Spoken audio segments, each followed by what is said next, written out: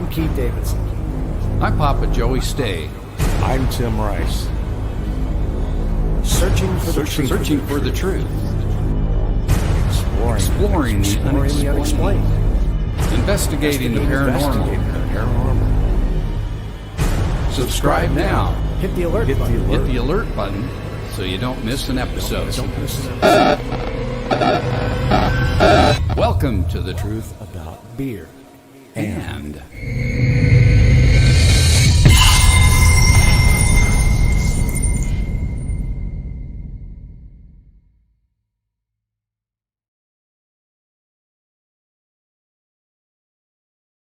Is that what it does? There it goes. I was going to say, it's supposed to switch over. Welcome to NASCAR.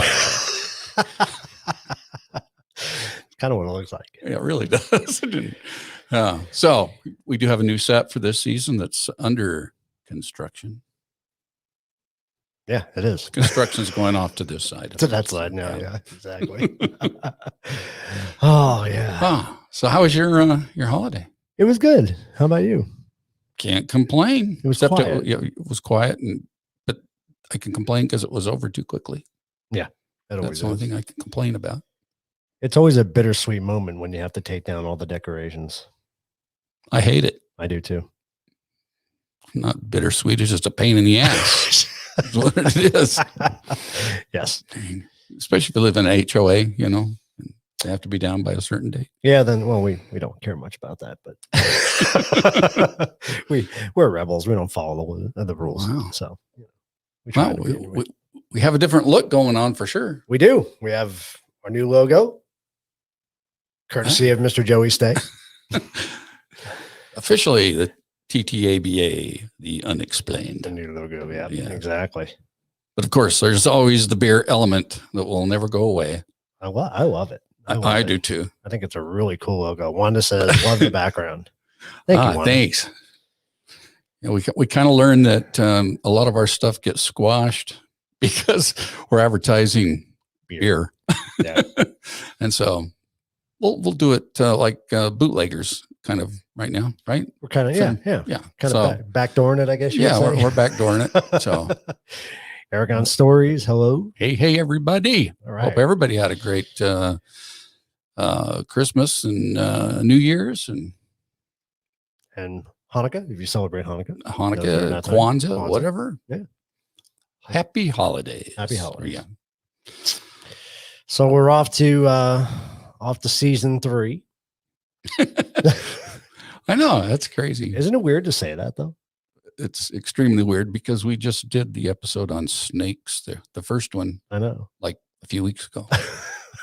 That's so weird. But hey, we're loving it. We are. And can't wait to see what 21 brings. I should be careful what I say. Shouldn't say that too loud.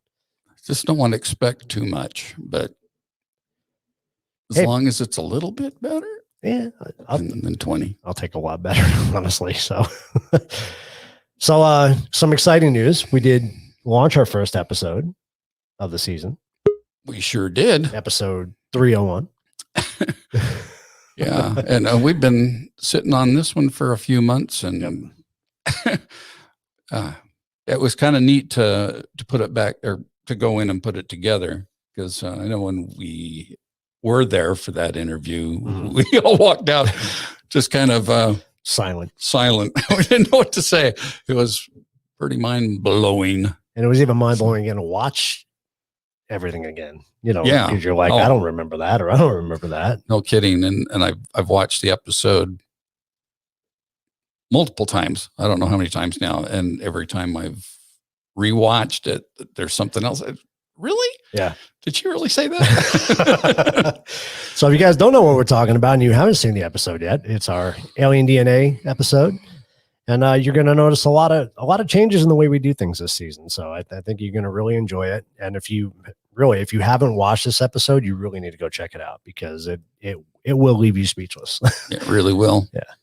And a really good prequel to that is to watch the first episode we did with Tim, which we ran that last week for our live show. Right. Since we were kind of taking a short little break. That was our And- UFO 1.1. Was it? Yeah, the binary one. The binary one. Yes. Now we call it the UFO case of America West Flight 564. Right. Right. Yeah. So yeah, go check those out. And matter of fact, I at the end of that video, it automatically links to Tim's video. I don't know if you would notice that or not. Oh, But yeah, nice. so they get to watch them back to back, Yeah. which is really cool. And the end of his episode, though, or that episode really segues nicely into this one. in the alien DNA one. Yep, it worked out perfectly. So Kathleen's on. We get heavy metal beer club. I cannot talk today. That's why you're doing all the 'Cause we talking need some today. beer. We need some beer. So we need to bring on the guru of those suds. Yes, we do. You know him, you love him, Mr. Jeff Stay. He's doing carpool karaoke. Hey, that's right. I'm afraid to I put am. your thing. I can. It won't There cut we you go. off. Okay. No. Trying to do How- the healthy New Year's resolution thing, so I'm not drinking, so Yeah. I am in my car. Didn't want that to get confusing. Hold on. Well, You're- no, it's illegal to be drinking in your car anyway, so that's probably a good thing that I was you're gonna not say drinking. you're the guru of the suds isn't drinking. We have to write this. Can you jot that down? I know. Note It's the time. temporary. It's just temporary. I got to get myself back in shape again. Hey, we understand. We completely understand. And my hat off to you, man. Yeah. You can do Well, that. thanks. Absolutely. So But he is wearing a hop hat. that is awesome. I am. I'm showing you guys that. Yeah. Yep. Some sweet hops there. That's very cool. So let's break out the beer. Let's do it. Yeah. So Purple Haze from Abita Brewing. Please. I gotta say, Yeah, so when I this is a, saw this, oh, go ahead. it reminds me of something out of Scooby Doo, Oh, yeah. Looks like the mystery machine, doesn't it? right? It's really cool. Yeah, Right, so so- that one's an American wheat beer. It's an unfiltered, so you'll want to. I mean, it's in a can. It's a little hard to do the whole twirling thing, but whatever you can to try to get some of that sediment out of there. I'd pour maybe 3/4 of it, give it a little twirl, and then pour the last 1/4. Wow, it's got a really unique color to it. Yeah, it does. Yeah, Kind of a- well, and it's supposed to be a real creamy head on it as well. It's not a nitro by any means, but I guess the things that I've seen have said that the head is pretty creamy on that. oh, Oh, you got a good head too. That's not bad. Wow. Nice. Yeah, so like I say, it's an American wheat beer, unfiltered, and then they use a raspberry puree that they put in it kind of toward the end. It's not a sour, but it's the taste is somewhat similar to a sour. Okay. So it's not a real strong raspberry flavor. You guys tell me. I haven't had this one. Unfortunately, I can't get this Oh, one well. in Utah anyway. we'll take one for the Well, team. cheers to you. Anyways. Please do.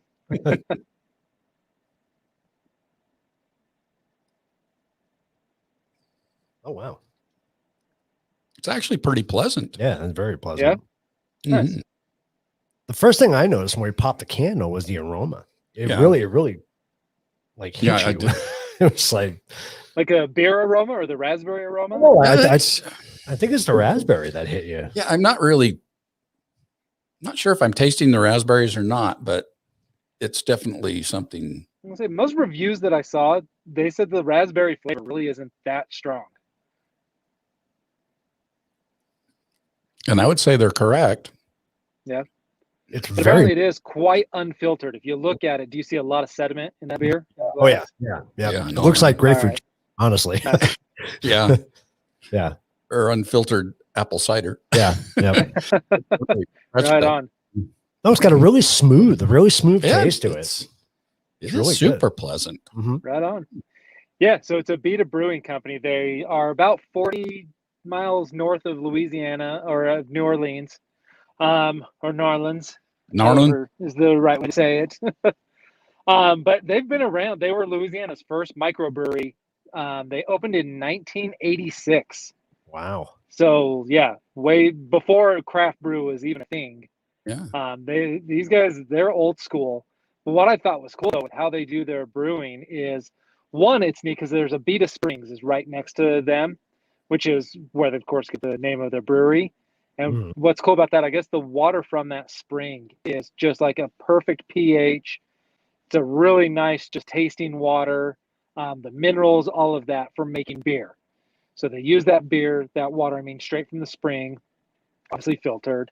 But for being such an old school brewery, I didn't really expect too much like new school technology out of them, but they really do. Like, so one of the coolest things that they do is a heat transfer system where, when you're first boiling the malt with the water, normally you're going to start with cold water and you got to bring it all the way up to a boil. Well, that takes a lot of energy. And so what they do is there's so many processes in the beer making process that create heat that they'll run water through the pipes through those processes just to simply pick up the heat from that. And then they use that water that's now been heated to go back to the original tank, and they'll use that water to heat up the barley. So it's just little things like that. So it won't get it to a boiling point, but it at least really gets the water a lot warmer than it was. They capture steam whenever they can to help power a lot of what they need to do. Of course, solar, panels, they're really big into those. They were one of the first, when they installed their solar panels, they were actually the largest producer of energy utilizing solar panels in the state of Louisiana.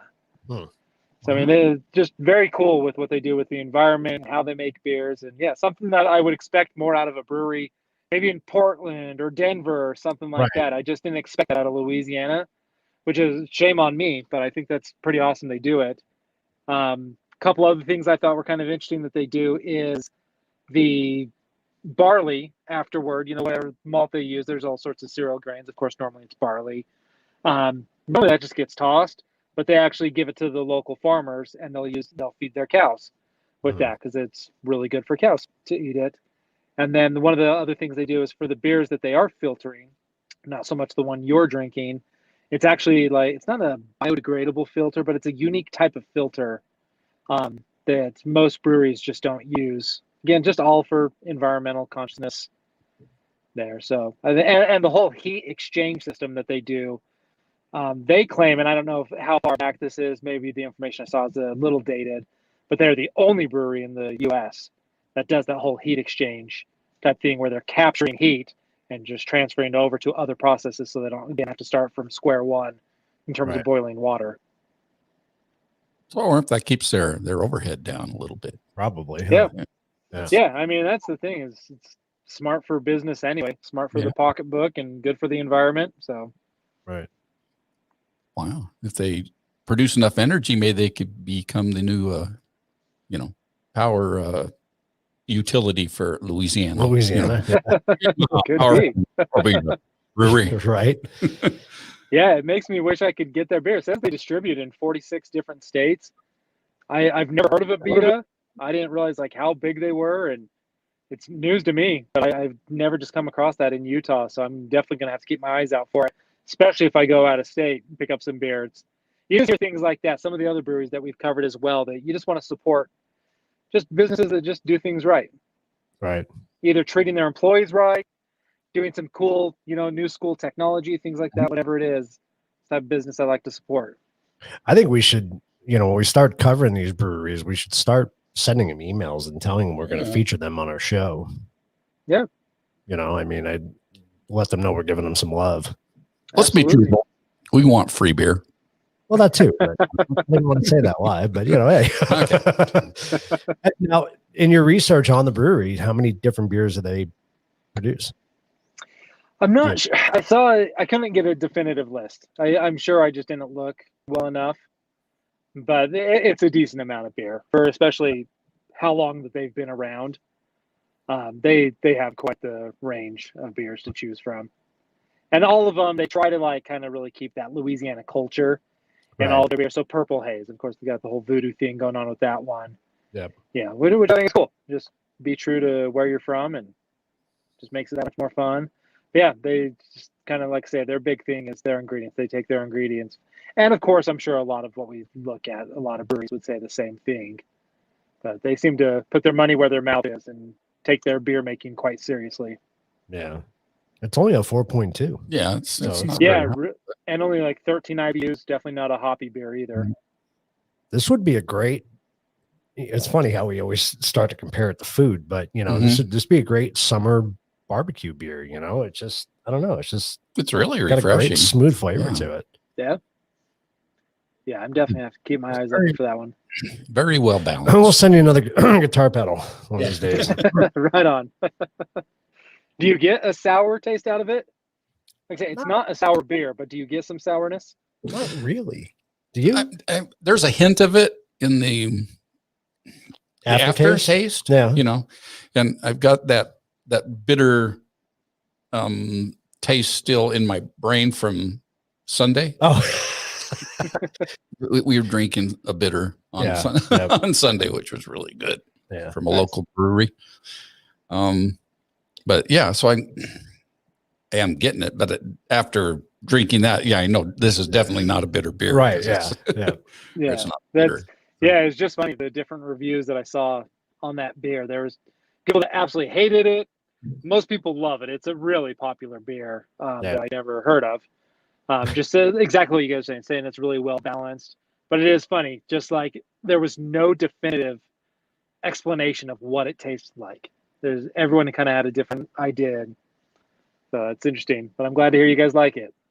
I think for people who don't generally like beer because of that, I've heard people say it's the beer taste. It all tastes like beer. It tastes like, this really doesn't. This doesn't have that stereotypical beer taste to it, does it? I mean, I think I've lost that. I know, because we've tried so many, but for people who don't generally like beer, I think they would actually enjoy this. I think this would be. There was a beer channel I came across, and that's actually what one of the guys said. He said, this isn't like my go-to beer, but it is one I like to keep in the fridge. So when I have a guest over that doesn't love beer, this is the one I like to give them. It's kind of a fun one to introduce someone to. Yeah, I could totally see that. Definitely. Yeah. Yep. No, it's a good beer. It's delicious, actually. Yeah. I'll drink what that. about the maltiness? Do you get the maltiness coming forward? That's another thing that I heard about it. That, again, it was hit or miss. Some people said the maltiness was really forward, and others said, no, not at all. No, I don't think it's that forward. Yep. No. All right. No, it's real. Surprisingly, it was when I first tasted it, was really smooth. I don't know. Nice. Which a wheat beer generally would be really smooth, so it's good to hear. Mm-hmm. If I blow air back through my nose this way, and bring it back through. I mean, there's a hint of malt, but not. Yeah. It reminds me of Sequench Ale without the bitterness. Oh, okay. It's pretty close. Yeah, I could see that. And maybe quite so sour. Yeah, and maybe it's like Joey said, it's not really sour at all, but it just got that kind of aftertaste that the Sequench Ale gives you without the sour. It's just real smooth, and I think there really is a hint of berry in there, though. I'm kind of getting that. Maybe my taste buds are screwed up, but it's really good. Yeah. Right on. Well, I'm definitely gonna have to keep my eyes open for that one. Did we decide on what next week's going to be? No, we haven't yet. Okay. We need to do that so we can. Yeah. Let you guys tell me, because you have access to so many more beers than I do. So let's take advantage of me not drinking right now and go for those fun ones that you can get that I'm just not going to be able to find here, like this one. And I'll just do the research on it. It's fun to learn about the beers anyway. It gives me a list to go toward when I am drinking again here in a bit. Yeah. What would really like to accomplish this year, though, is to have it laid out pretty well in advance so that we can let our viewers know what we're going to be doing the next week. So if they want to join us, they're able to find it.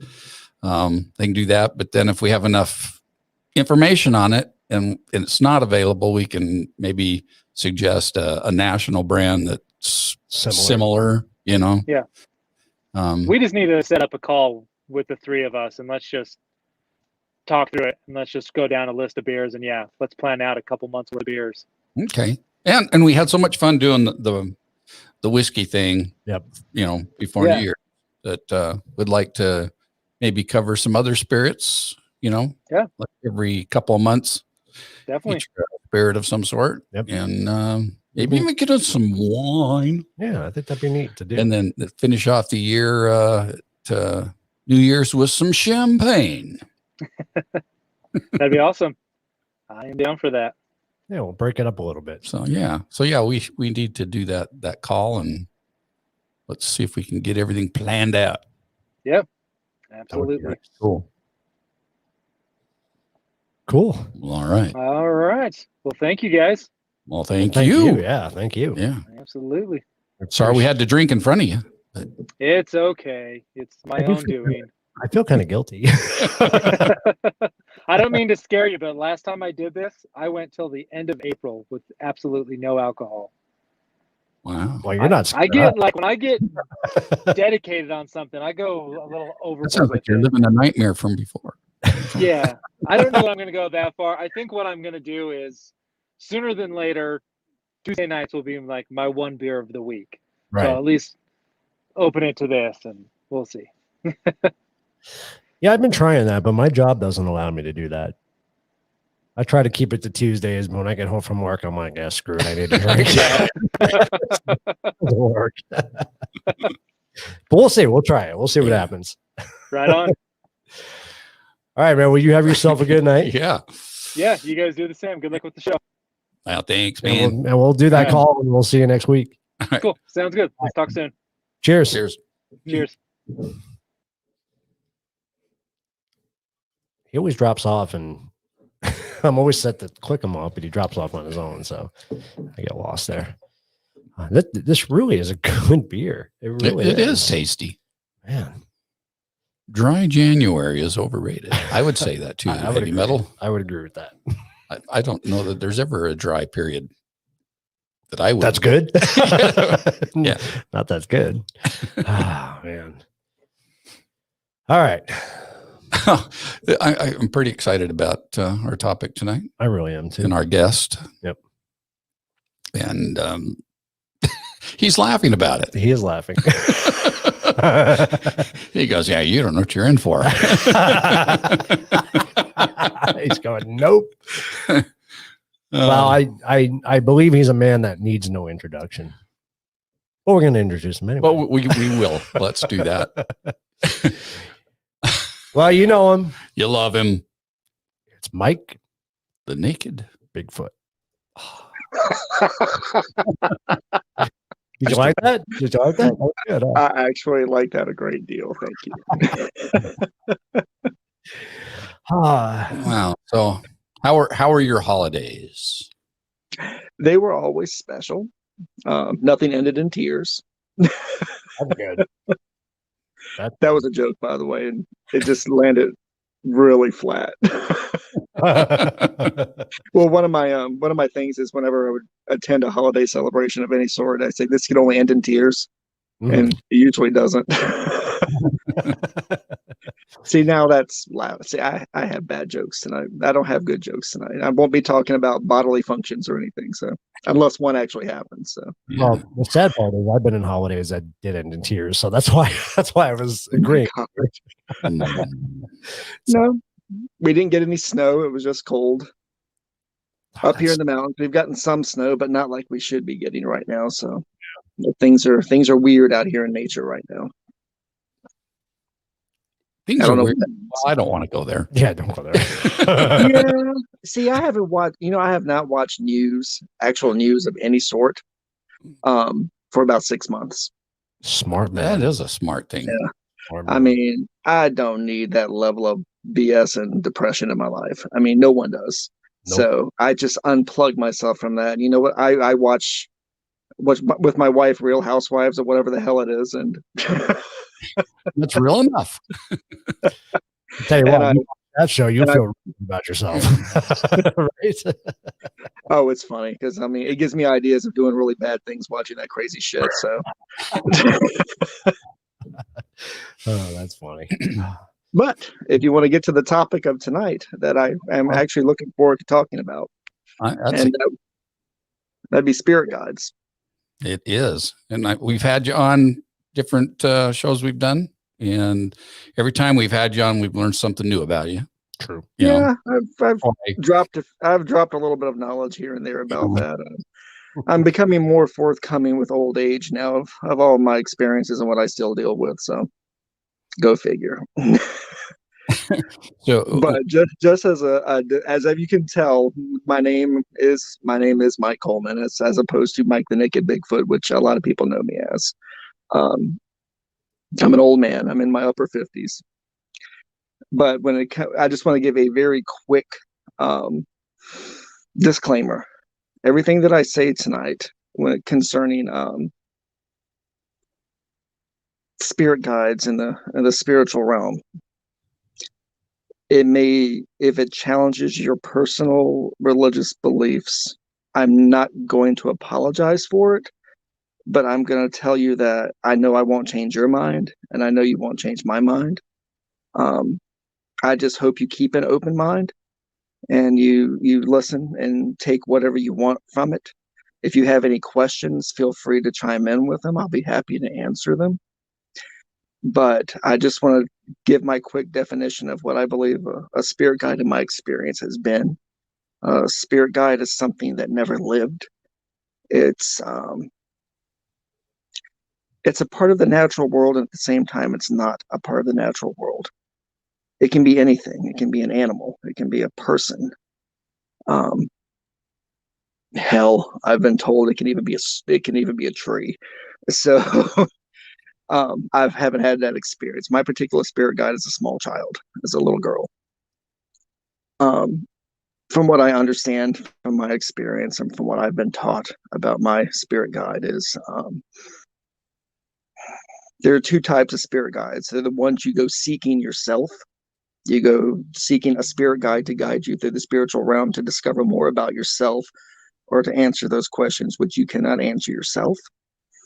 And then there are those spirit guides that seek you out because they feel like they complete you in some way and you complete them in some way. And I believe I fall in the latter, that my spirit guide sought me out and came to me at a time in which we both needed each other. Spirit guides are neither good, they're not evil, they're indifferent. I found that they can be fond of you. They can dislike other people. They can make themselves known to other people. But I digress. If anybody has any more questions about that, guys, feel free to chime in with the questions because I don't see the questions on my end here, so I apologize. Oh, you don't see the comments? I'm hoping that little bit of information made some sense because it took me a while in my life to digest it for it to make sense to me. So they can be possessive. Yes, they can be. And I didn't realize just how possessive they can be until last year, but we'll get to that shortly. When I met my spirit guide, when she met me, and I'm saying she in a figurative term, they really have no sex. I'm just by the form they assume. I was 13 years old, living in the mountains, living in the Appalachia, outside of Tazewell County in Virginia. If anybody knows where Tazewell is, that's an interesting place. It's lost in time if you ever go there. And it was right after winter in the springtime, and we were having, of course, the mountains, everything, the big thaw where you have all the streams and coming off the mountains that turn into torrential rainfall. And it gets dangerous in the woods and around the streams that turn into giant torrential rivers, and they'll get you the flash floods within no time whatsoever. And my grandmother kept telling me, stay away from the creek. If you go to the creek, you're going to die. You're going to get swept away, and we'll never see you again. And I'm being the hard-headed little a-hole that I was as a child and not paying any attention to that. I wanted to go play in the woods. I want to go play at the creek. So I was about to cross the little bridge over the creek so I could go over and start chucking rocks into this water, which was just absolutely raging. Just out of the banks, raging crazy. But of course, I was fearless. It didn't bother me. I was a kid. I didn't know any better. And I heard this voice behind me. It was an adult woman. Not old, but an adult. That just shouted out to me, no. And I stopped because I got goosebumps. I'm getting goosebumps now thinking about that voice because that voice has always been with me. And I turned around. And just for a brief moment, I saw this little girl, long black hair, no eyes, Hmm. nose pale white, um, black dress with red shoes. Dorothy. Yeah. Yeah. She was there for a split second, right when I turned around and in my peripheral, my vision. She was there for a second. And then I heard a child's voice say, "Come play with me. I want to play." So I walked back up the hillside, and there was my grandmother waiting for me. Oh wow. And I didn't realize till then that that was her, my little girl of many voices that had taken a moment to save me. At that moment, she found me. And I have a suspicion that if she had not found me at that moment and not called me away, I would have probably died in that creek that day. Um, I always tell people when I tell this story, my life was the one that was not meant to be. It should have ended that day. I truly believe that, but it didn't. All because of her. Hmm. And then after, well, I didn't know what it was. I mean, I grew up with all kinds of strange crap happening in the mountainsides and with my grandparents. I mean, between the odd wood folk out there, and I'm not talking about people, I'm talking about the spirits of the wood, and the strange practices of my family and my grandparents and my great grandparents. Um, I didn't know it was something they did. Well, of course, my grandmother, she whooped my ass because I disobeyed her. But after that, um, I started seeing her more often, usually right before I went to sleep or right after I woke up. She'd be standing at the foot of my bed or standing at the headboard up there looking down at me. And she would always say the same thing: play with me, come play with me. And she'd have her hand out to me, and she never had eyes. Wow. And I told my great grandma, Ola, which she knew everything. She's still in whatever world she's in now. She still knows everything. What I kept hearing, she said, "Don't pay any attention to her. Don't pay any attention to her." That's what she would always say to me. So I went through my life catching glimpses of her. I was about 17 years old, um, about to graduate high school, and I was going through a really, really, really rough patch in my life. I had actually decided to kill myself in the football field behind my high school. Wow. That afternoon after class, I'd actually taken my dad's pistol, his 9mm, with me to school with me. We didn't have metal detectors back then, just to let everybody know. Right. And I was going through a really, really rough suicidal patch in my life. It was horrible. At this point, I don't understand why I was going through that point in my life. And I was sitting on a stump at the edge of the football field, and I pulled it out of the gun out of my backpack, and I was beginning to go through the motions of just splattering my brains all over the goalpost out there.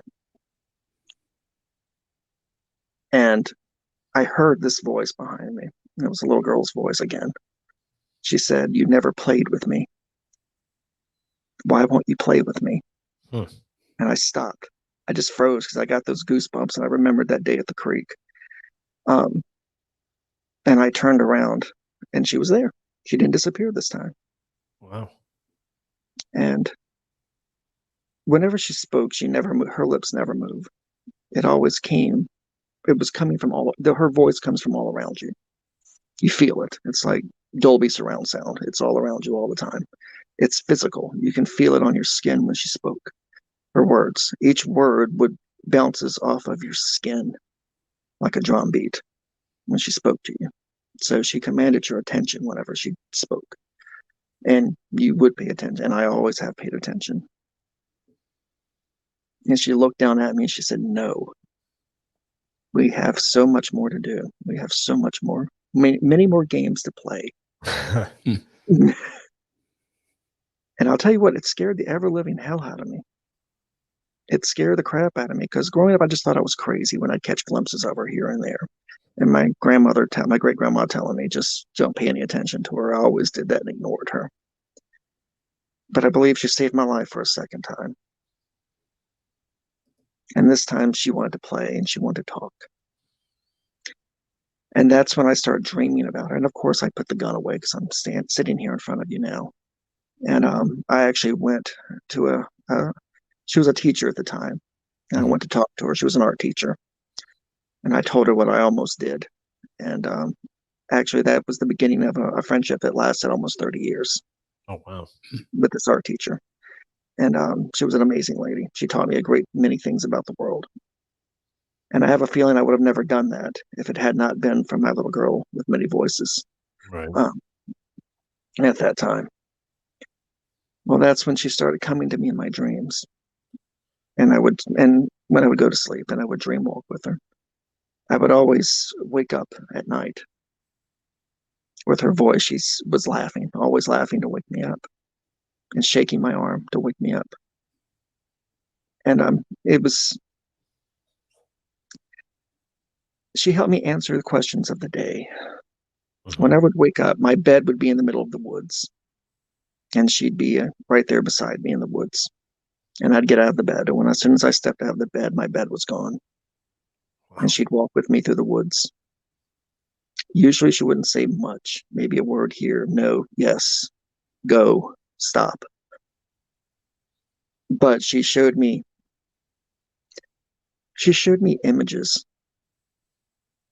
of places and people that would give me hints of what I needed in my life at that time, that would show me to help me answer these questions. One, just for instance, when I was in college and I married my first chupacabra wife. I'm not shitting you. She looks just like a chupacabra. Oh my God. She's probably being hunted in Puerto Rico as we speak right now by the Ghost Adventures crew. Right. Oh man. I'm such an asshole, I know. But the night before the wedding, my little girl appeared beside me, and she was not using her child voice. She was using a voice I had never heard before, and it was of an old lady. And we were standing in the church. I woke up, I stood up, and the church was in the woods, of all places. And it was me and my chupacabra first wife. I'm sorry, I can't think of any other way to describe her. She was a monster, figuratively and literally. And literally, I mean, I wish I could show you a picture of her right now. It would give you. I mean, I'll tell you, at the time, I was doing some amazing drugs because I had just finished like some extensive organic chemistry classes, and I could brew all kinds of shit. But I'm not going to digress on that. When I married her, luckily we did not make any children. Thank God. Okay, good. That was one of the questions. Appropriate. No, I did not find my beautiful current wife, and we made beautiful kids now that are non-cryptid related. They don't look like the Loch Ness Monster, a chupacabra, or a yeti. They're beautiful half Polynesian kids. They're awesome. I just want to, Christina had a question. She asked, do you know your spirit guide's name? Never gave me the name. Ever. I always called her my little girl with many voices. Like I said, I didn't hear the third voice until the day before I was going to marry my first chupacabra wife. I never asked her name either. I've never asked a name. Did you ever call you by name? All the time. But you know what was really frightening? My grandmother and great-grandmother got really pissed off at my mother when I was born because she gave them my name, which was a tradition apparently in our family. That the matriarchs in the family would name the firstborn son. And she chose to name me Michael. My mother did. But my grandparents wanted to call me Peter. And they actually refused to call me Michael my entire life. Really? Yeah. Family drama. But so it took me a long time before I realized what my full name was. Because they would never call me by the name I was actually given when I was born. But she always calls me Peter. She calls me the name I should have been. Okay. Well, that answers a question I had for later. But I mean, feel free to try interrupt me. I mean, I can drone on forever. Okay, so back to my first chupacabra wife, and by the way, it was an amazing wedding too. But and I should have known better at the honeymoon, but that's neither here nor there. Things got interesting, but I met the rest of her family, and Oh boy. I'll tell you what, that gene pool was shallow and had 2 members, and they were probably from West Virginia. No, shut up, Michael. Get back on the subject. You're serious tonight. Okay. She showed an image of us getting married. It was like looking at a 2-dimensional image of us getting married in the woods in the church. And it was only half a church. And she looked at me and she said in a very, very old, ancient voice, which just that voice is actually the only voice she's ever used that's actually caused me physical pain. That's made my skin hurt and my eyes hurt. She said, "Do not do this. This is bad. Do not do this." And then the chapel turned red. The lights turned red. The sky turned red. Oh wow. And I woke up. I literally, and you're gonna laugh, but I pissed myself. I pissed the bed. As a college student, I pissed my bed because she scared the ever living hell out of me. But of course, I didn't marry her because I was under the spell of the chupacabra. So I married her. But the entire time that I was married to the devil, she never came to me. The entire time I was married to her, my first marriage, she never came to me at all. Didn't even dream about her. And it made me really question my sanity at that point, whether how crazy I was. Right. Well, neither here nor there, but I ended up, of course, getting divorced. And I had many battle wounds from that. And I developed a very amazing limp from that marriage, too. So just to let you know, a 12-gauge shotgun and number 2 buckshot in the leg will give you a limp for life. But then again, I was dealing with a chupacabra, so I've learned to accept that about those humble people. Anyhow, it was at that point I decided to explore the world, and mainly the United States, at the beginning of the United States. And that's when after the divorce, I decided to, I'm going to go out and find myself. I'm going to find my faith, because I never had much of a faith up to that point. Because, when you go through college actually beats that out of you, beats the faith out of you, and beats the religion out of you and gives you the religion of education and gives you the religion of knowledge. And that completely decimates the innocence that one needs to experience the supernatural and the paranormal and the spiritual world.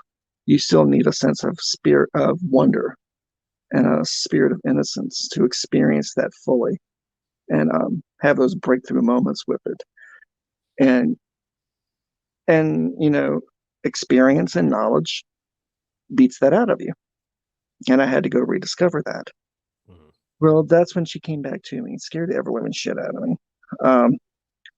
Because about 2 weeks I was on the road. I had made my way up to Pennsylvania, which I have no desire to ever go back to Pennsylvania. But I was traveling through Pennsylvania, and I was traveling through Dutch country, and I wanted to. There were Mennonites that I met. There were other people of Mennonite faith and sects of Mennonites, and that I wanted to go and talk to them and experience their faith. And I was driving my old Batmobile Chrysler up there, and she appeared in the seat beside me, and she said, "Where are we going?" And I almost ran off the road when she asked me where were we going. And then that's when the memories came back of all the times that I'd experienced her. And, I had nearly forgotten that she was there, but she had not forgotten me. Apparently she'd always been there, but she just didn't make herself known. Right. She was shy of chupacabras. I don't know. But in my travel of faith, I went across the United States. I went all through the Caribbean. I went to South America. I went to Mexico. I spent a long time in Louisiana, which I thought was funny when you were talking about Louisiana tonight. I'm skipping ahead a few years, but I honestly believed that I was mentally ill. And I really believed I was schizophrenic. I didn't believe in her because only I could see her at the time. And I was walking down the French Quarter right after Mardi Gras, not drunk at the time. And she was walking beside me the entire time. She had her hand out, just not even touching my hand, but had her hand out like she was holding my hand and walking beside me down the street. And that's when I first met Papa Thomas. He was my Oungan, which is a voodoo teacher, not to be like a medicine man, not to be confused with a mambo, which is a priestess, but that's neither here nor there. And he looked at me outside of his hoga. He looked at me and he says, "I've been waiting for you." And he says, "Bring your friend in with you." And I looked beside me. And I looked up at him and I said, "What the flip are you talking about?" But I didn't say flip. I didn't say fudge. And she looked at me and she went, "This is where you belong." And she walked in and she walked into the shadows of the doorway and disappeared in the doorway. Wow. And I walked in behind her. And that's when I started my journey of faith and my rediscovery of spiritualism and of course the extraordinary and the supernatural and the paranormal was through my experiences there. Because by the time we were done, I became a Oungan with him. He taught me everything that he knew. And I went out and met other people like him, and they taught me many things. And it was a lot of fun. I learned a great deal with that experience. But she was there every step of the way. And whenever I had a question at night and I'd go to bed with a question in my head, she'd look at me and go, she would give me the answer. I would appear in the woods and she'd give me the answer. But let's flash forward a little bit. No, and I know some people may be asking, maybe she was a ghost. Maybe she was attached to you. But like I said, and like Papa Thomas explained to me, her kind never lived. And her kind, you can either find her kind or her kind can find you. And as he explained it to me, because I kept asking what she was, and it actually took him 6 days before he would give me an answer to it, because he was afraid he was going to scare me off. No, he was deadly afraid he was going to scare me off when he explained her to me for the first time. And he taught me a very interesting ritual that would let me interact with her more instead of having her interact with me. I could interact with her more. And so he taught me how to set that up and how to open the door into the spirit world. Well, he called it walking beside the serpent. If you're going to walk beside the serpent, this is how you do it. Because the shadow cast by the serpent. You're about to learn something interesting about this faith that a lot of the practitioners don't talk about. Is that when the sun shines upon the serpent, either you tread upon its back and walk in the light, or you walk by its side in the shadow, or you walk beneath its belly in the darkness. And he said the shadows where all the dead things live. And he says they're not necessarily bad, but it's where all the dead things live, and the things that were never alive live. So the ritual that he taught me, let me walk beside the serpent. Let me leave my body and push myself out of my body and walk in that shadow. In case anybody has any questions at this point. That's pretty fascinating, though. So, because you're in New Orleans. Yeah. And it doesn't sound good with a bald white guy says it like me, so I don't try to do it. So what? So Marie Laveau, is she a mambo then, or how does what? She's one of the more infamous mambos. She was a very dangerous lady, and her descendants are extremely dangerous people.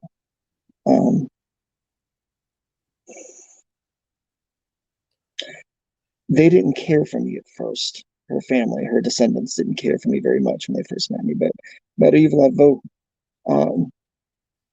her patron, and you're about to learn something interesting.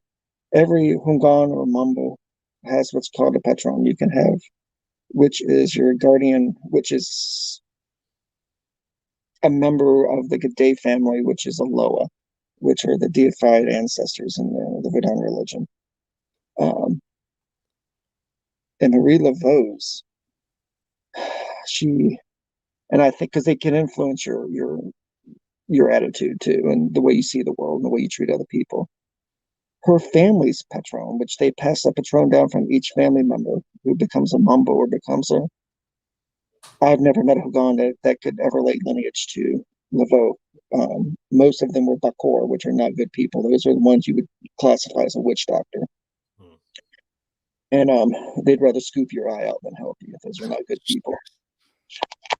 Trust me. You ran into the right person then. Yeah, well, I've trucked with a Bakor before, and those people are bad news. But Marie Laveau's patron was Asuli Red Eye, and I can say her name because I don't fear the bitch at all. Asuli Red Eye is a prominent member in the Loa spiritual world, and she's a nasty piece of work in the spirit world.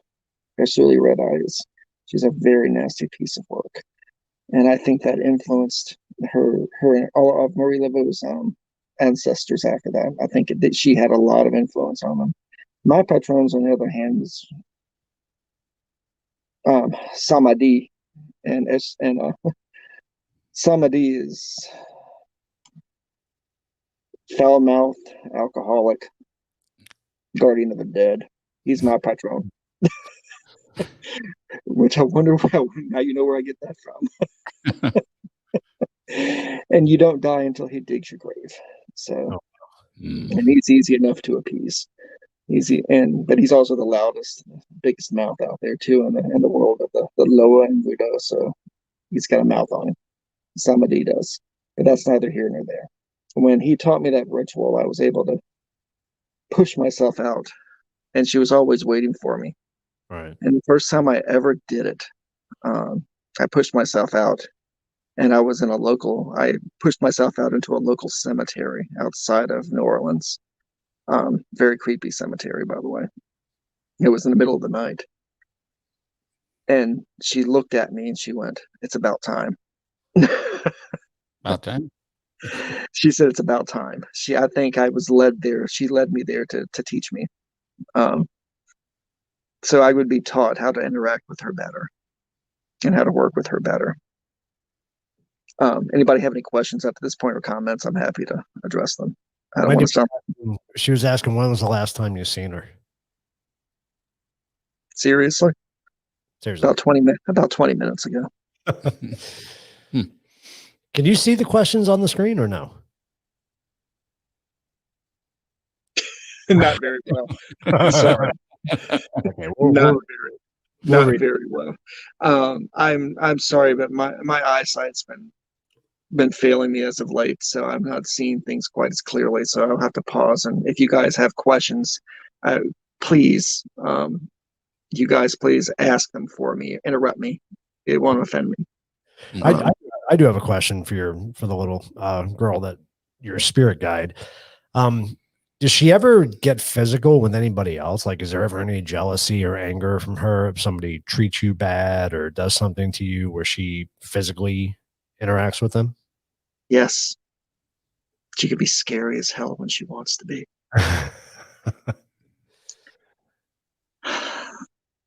Any story? Yeah.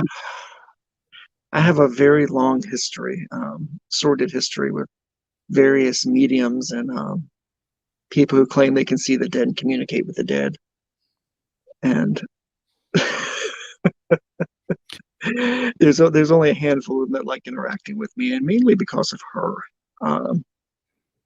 But just to clarify, she's not the dead because she's never been alive, right? She's not. But if you're truly spiritually aware, she can make herself appear for you, or she cannot make herself appear. It's up to her. It's completely her decision. Mm-hmm. But you do have to have a certain amount of spiritual awareness, whether it's bullshit or not.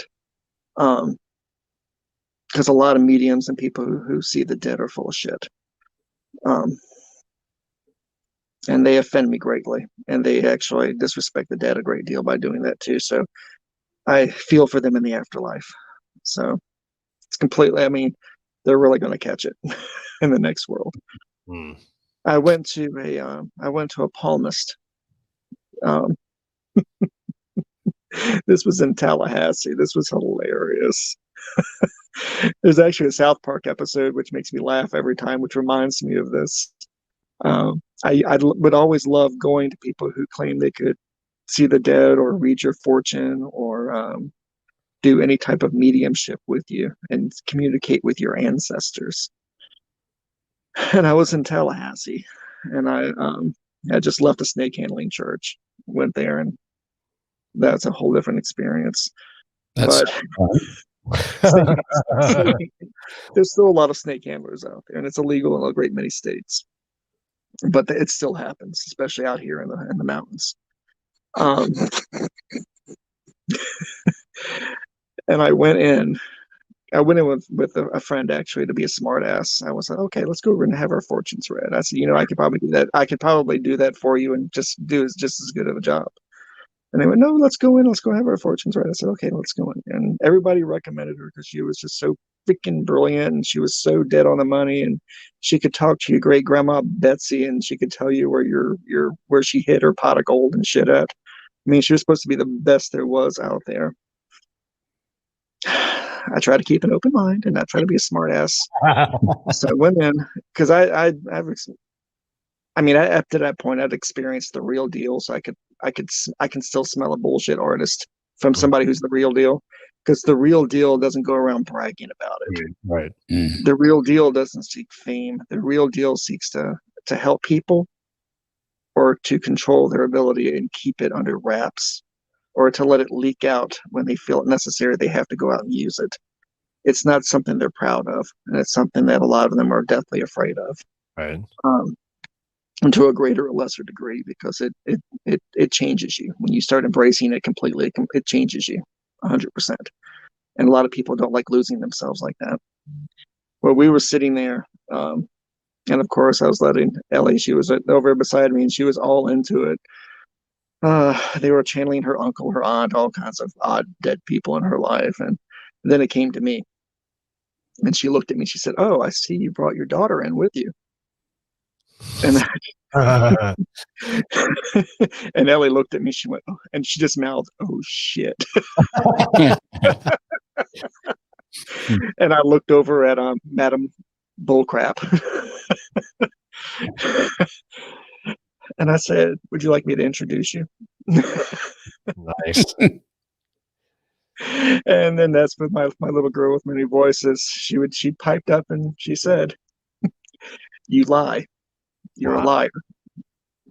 You lie, woman. You lie." And this really great stiff breeze came into the room and blew her little tarot cards off the table. Well, I really think she filled her diaper up at that point. It was pretty cool. That's funny. And I just looked at her and smiled, and I gave her my $20, and I went, "It was nice meeting you. Please stop." And I said, please stop bullshitting people." And that's when she looked at me, and I could feel my little girl look at me and go, "Are we going now?" Let's play more games like this. Yeah, exactly. All right, we've got a couple more questions for you. So Christine said, do you believe that someone can have more than one spirit guide? Yes. Yes. You see, my spirit guide was not something that I went looking for. We found each other. She was looking for me. But from what I understand and from what I've seen and some of the other cultural beliefs that I've had the opportunity to deal with, especially some of the West Indian beliefs, you can have multiple spirit guides. And they can appear to you as anything. They can appear to you as a talking rose petal, for God's sakes, or a talking goldfish. And at the same time, the talking goldfish, you could have the cat come around the corner, and that's your another spirit guide. I mean, that the goldfish is going to introduce you to, and you can walk out of the room with it. But I'm you can have this little angel on one shoulder and a little devil on the other. Right. But from what I understand, that if you are a seeker, if you go seeking a spirit guide to answer questions for you, you won't always have the same guide every time. They may wear the same guise as the one before it, but it's a different entity altogether every time you do it, as opposed to one that comes to you and becomes a lifetime spirit guide to you. And it is your lifetime. They live and they die with you. They experience life through you. And they experience death through you as well. And they will answer those questions concerning both life and death. And yes, they do answer questions for you. They don't give you a direct answer all the time. She never gives me a complete, and I've gotten some direct answers. I'll give you the most recent one. Well, I'll tell you a quick story that leads into that. Last year, I had a moment in the hospital where I went septic and nearly died. Well, I did die a couple of times in the emergency room, where parts of my body went septic where they gotten very infected. It was pretty bad. I was insanely hot with a fever and losing my mind. It was barely there. And I died in the emergency room twice. And when I died, I stepped out of my body. And the emergency room had nobody else in it but 3 people. It had 2 of them were patrons of mine in the Voodoo religion. And the third one was her, my little girl of many voices. And she spoke. She stood between them and me. And she held her hands between me and them. One hand up towards me, palm towards me, and one palm towards them. And she said, "He can't walk with you now. You cannot sit at your table now." And that's the first time she had ever acknowledged my faith when she said that. Because when I die, I will no longer be a walker in life. I will be able to sit at the table with them and smoke cigars and drink and tell bawdy stories and have unfortunate members of the living try to contact me, which if you ever do that after I pass from this earth, I feel sorry for the person who does that. Because I will show up and it's going to be fun. So you better have some good rum for me when I show up. And she stopped them from taking me because somebody was holding his shovel in his left hand, which meant that he was about to dig my grave for me. And she kept him from digging my grave. She kept me from following him. And then when I was slapped back into my body as hard as it felt like somebody beat me in the chest with a sledgehammer, and I was back in my body again, breathing again. And then shortly thereafter, I died again out there.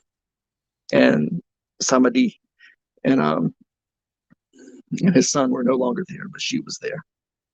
And I looked at her and I said, "Did I die?" And she said, "Yes. But it's time for you to live." And she put her hand close to my chest and physically pushed me back down into my body. And after that,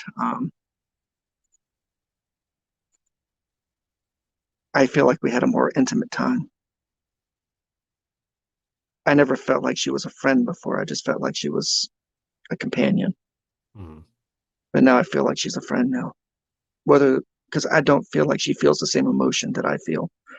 I think she mirrors my emotions, in all honesty. So if I'm upset, she's upset. If I am sad, she is sad. I've had some issues with things I can only describe as Bigfoots on my property, or big feet, because I don't feel like I can disrespect them all I want because they're on my property.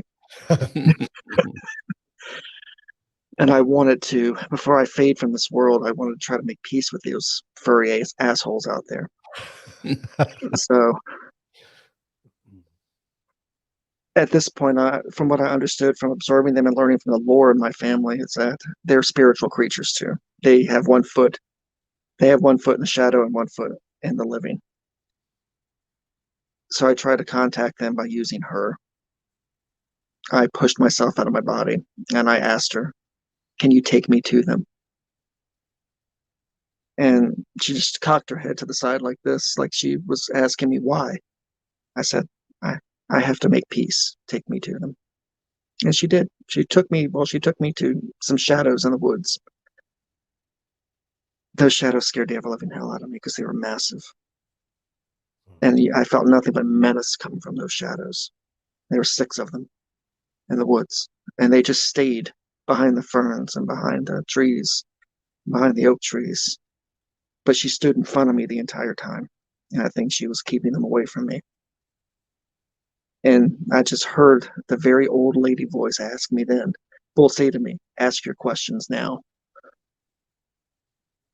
And I did. But they didn't speak words. They just, I felt what they wanted to say. And it wasn't positive. It wasn't nice at all. They didn't hate me personally. They hated my family. And they hate my family with mad passion. And they made me feel like I didn't belong there. I had never been pushed away that hard. Now, how long has But- your family owned that? What's that? How long has your family occupied that that Let area? me let me tell you something about my piece of shit family right now. Wow. They have all of this information about my family history that they've either ignored or destroyed. And I've had to piece together the story. Now, this property that I'm on right now, this farm that's right here, my family has occupied in one form or another for 150 years. And no, I don't want to play the who was here first, the chicken or the egg, with Right. them. I'm here now. I try to impart upon them. I didn't start this. I didn't start this with them. My family did. My family took this land. My family took all the land. They took all the land in all parts of Virginia like this. They took the wild away, my family did. They took the wild away in a lot of states that my family still owns. And that's what taking the wild away, I think, seriously offended them. Because I think this is their ancestral land. I don't think they live here. They pass through here. They stay here. It's sacred land for them. They dwell here during certain seasons longer than others. This is their land. But this is what they were channeling through her into me, this feeling that this was theirs. And the only thing I could get out of my great aunt who's still the oldest member of our family who's still alive, was don't cut down the apple tree and don't go in the woods. That's the only thing she would say. Then she stopped talking. She wouldn't speak to me anymore. And I sat there literally for 45 minutes and she wouldn't say another word to me. They don't talk about it at all. I don't know if it's out of shame or if it's out of fear or a combination thereof. It's really disgusted me. It really has. That this is a part of my heritage that I don't know how to deal with it. Mhm. But if they would tell me, I could deal with it better instead of picking up these rumors and these legends with my family and my great grandparents, my great great great grandparents, and the shit they did. But they haven't told me. It's truly disgusting. But just as a quick thing, just to connect my spirit guide with you guys, when I first heard the story of that devil doll that you guys have, it's the first time you ever saw me get emotional. I got emotional during that phone call when I called in because Yeah. Well, yeah. she brought her to me,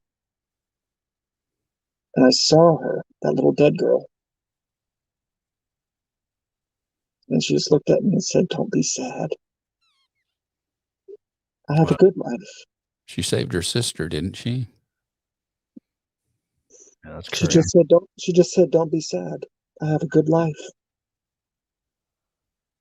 Huh. And I knew who it was the next day when I heard that story, that little girl. And I said, "Damn, that was her. That was that little girl that's connected to that doll." And that was the first time we ever told that story, wasn't it? That was Julie's. Yeah, that was her right? coming out Right. Yeah. thing. Yeah, I had a serious oh shit moment when y'all did that. And then Easy. And then that's when my little girl with many voices, I could hear her laughing in the background. She thought she had done something good for me. She'd answered another question that was in my head. It's something. Any other questions? Anybody from the audience, from you guys? Well, hold on. South before- Cacs are here I to was say gonna hi. say, yeah.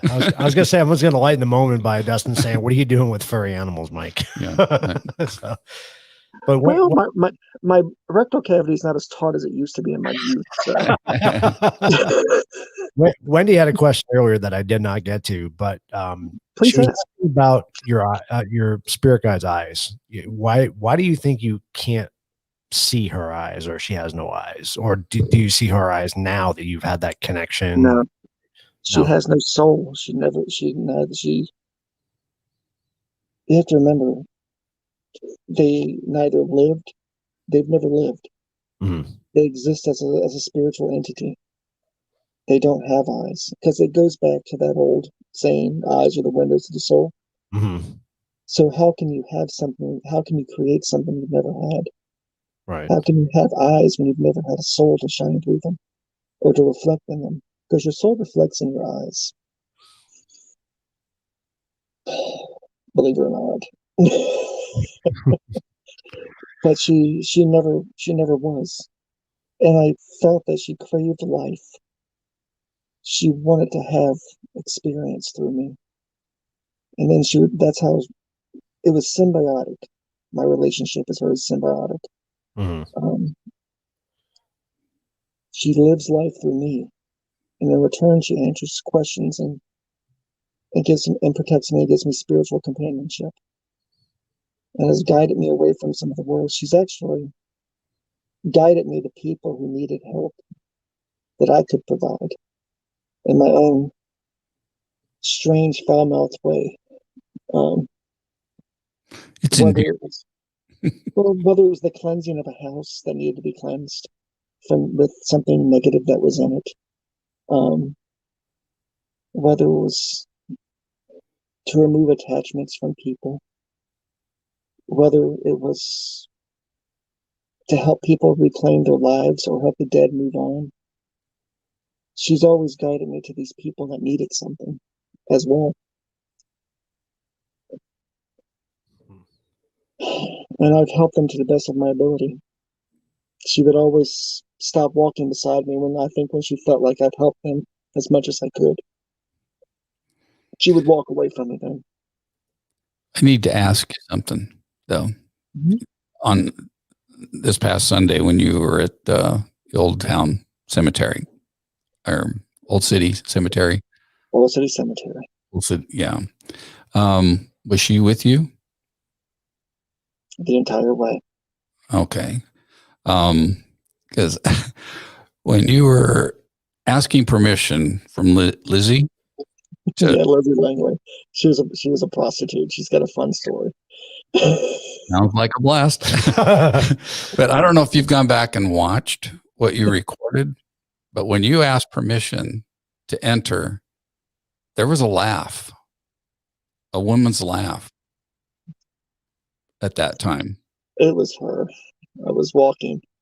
She never walks to the gates of the dead with me. And most of the more, damn, that's something for you to catch that. It was right. You should be me blessed. That's a blessing to know that, to see that, and to know that. That's pretty. That's wow. Don't ever forget that. Don't, because you may never experience it again. But she never passes through the gates of the dead, and that's what she's told me before. I don't pass through the gates of the dead. And the gates of the dead there are that people had the more well-to-do people. They're sunken tomb areas. You have to walk up some marble steps and then step down into the burial areas that are fenced in. Which, by the way, is hell on your knees to walk up those steps. But she never walked up the steps with me when I went in to see Lizzie. I don't think that interaction would have gone well. Lizzie has a very strong personality. She doesn't play well with all the other spookables that walk that cemetery. So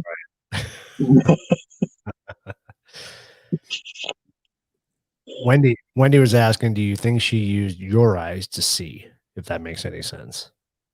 she experiences life through me. So yeah, she is using my eyes. She's using my hands, my feet, my skin, my taste, all my senses to see and to hear and to revel in life.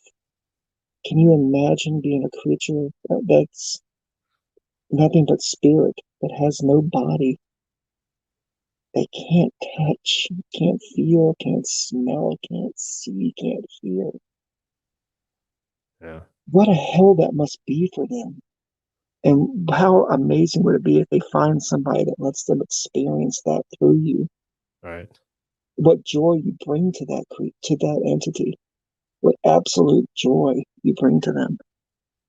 And that makes me smile knowing that I can bring that joy to her, because she's brought joy to my life many times over.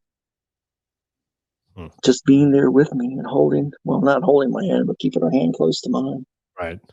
I don't think we can ever touch in this life, but I have a suspicion she'll be waiting for me when I'm about to walk out of this life. And we'll be able to hold hands then and go anywhere we want. And give me Any more goosebumps. questions? Christine says, what do you think is the best way to contact your spirit guide? I think that's just a general question for anybody. That's a really good question. You're going to hate this. I'm sorry, but there are many spirit guides in general are not taken seriously, or they're considered quote unquote demonic by a lot of faiths. But the best way to contact a spirit guide or to call forth a spirit guide is through your faith and your own belief, through a pre-prescribed ritual or one that you create yourself. But you have to go into it with questions. You can't just call up a gopher as a spirit guide and go, "Hey, I called up a gopher as a spirit guide." You better have some but the best way to do it is through your own faith and your own belief. But if you believe that a spirit guide is demonic or evil, you're going to call up something that's not a spirit guide, something that's going to screw you over mightily, because it's going to be a trickster. It's not going to be a guide. It's going to be a trickster. It could have been your guide, but you chose to think of it as something not good. You chose to think of it as something potentially harmful or evil. And then it goes from being, again, a helpful guide to a trickster. And that can be very dangerous. It can guide you off a spiritual cliff or a real cliff. Interesting. So do you think that everybody has a spirit guide and not everybody just channel it, or no? No. Not everybody has a spirit guide. I don't play into that. It's about the reality that you've put yourself into is why you don't have a spirit guide. Okay. When you've heard me comment about how religion and knowledge, the secular world, if you're with the world, if the world is too much with you, I'll let you guess which poem I got that from. The world is too much with us late and soon. When the world is too much with you, you'll never know the joy of having a spirit guide. Again, they don't come looking for you unless it takes a certain special set of circumstances for them to come looking for you. A loss in their world and a loss in your world that brings you two together. A need, a hunger from you and a hunger from them that brings you together. The same is true when you're just trying to call them up. A need, a want, a hunger. Because they can relate to that. They can relate to the need, the want, the hunger. And if they can be helpful, they'll come to you to help you.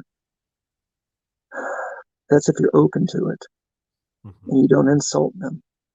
But you have to remember, These things were never human. They were never living. They're a force of preternatural energy that walks in the shadows around us all the time. And they take a form that's most convenient and understandable to us to communicate with us. Although I don't understand that if your spirit guide is Lassie, how you can understand the barks. But if Lassie started talking to me like Scooby Doo, I would shit my pants. So,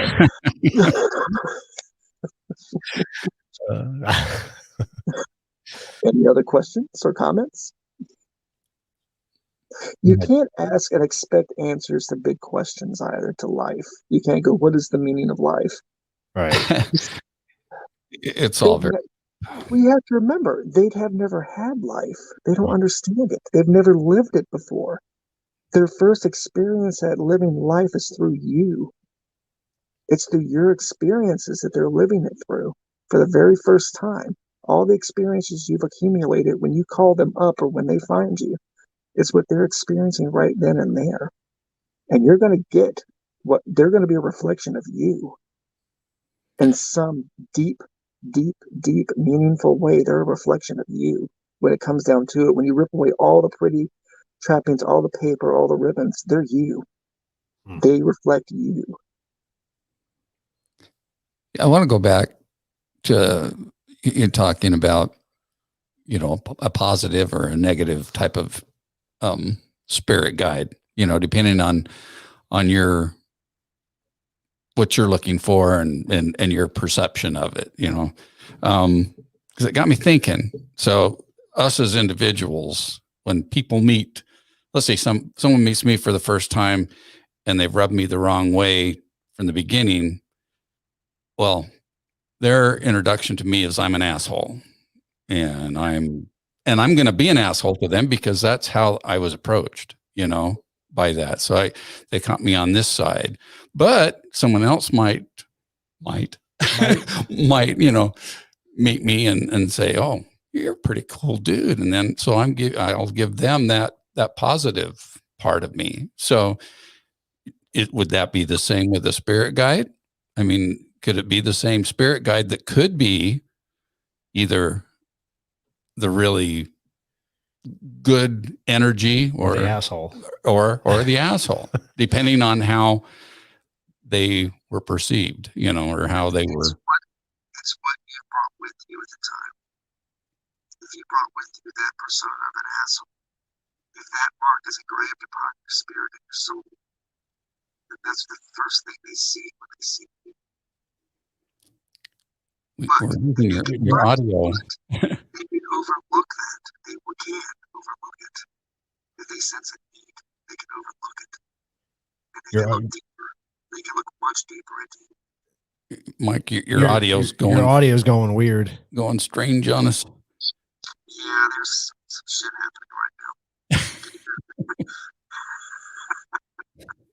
He sounds like he's talking into a helium balloon almost. Can you hear me now?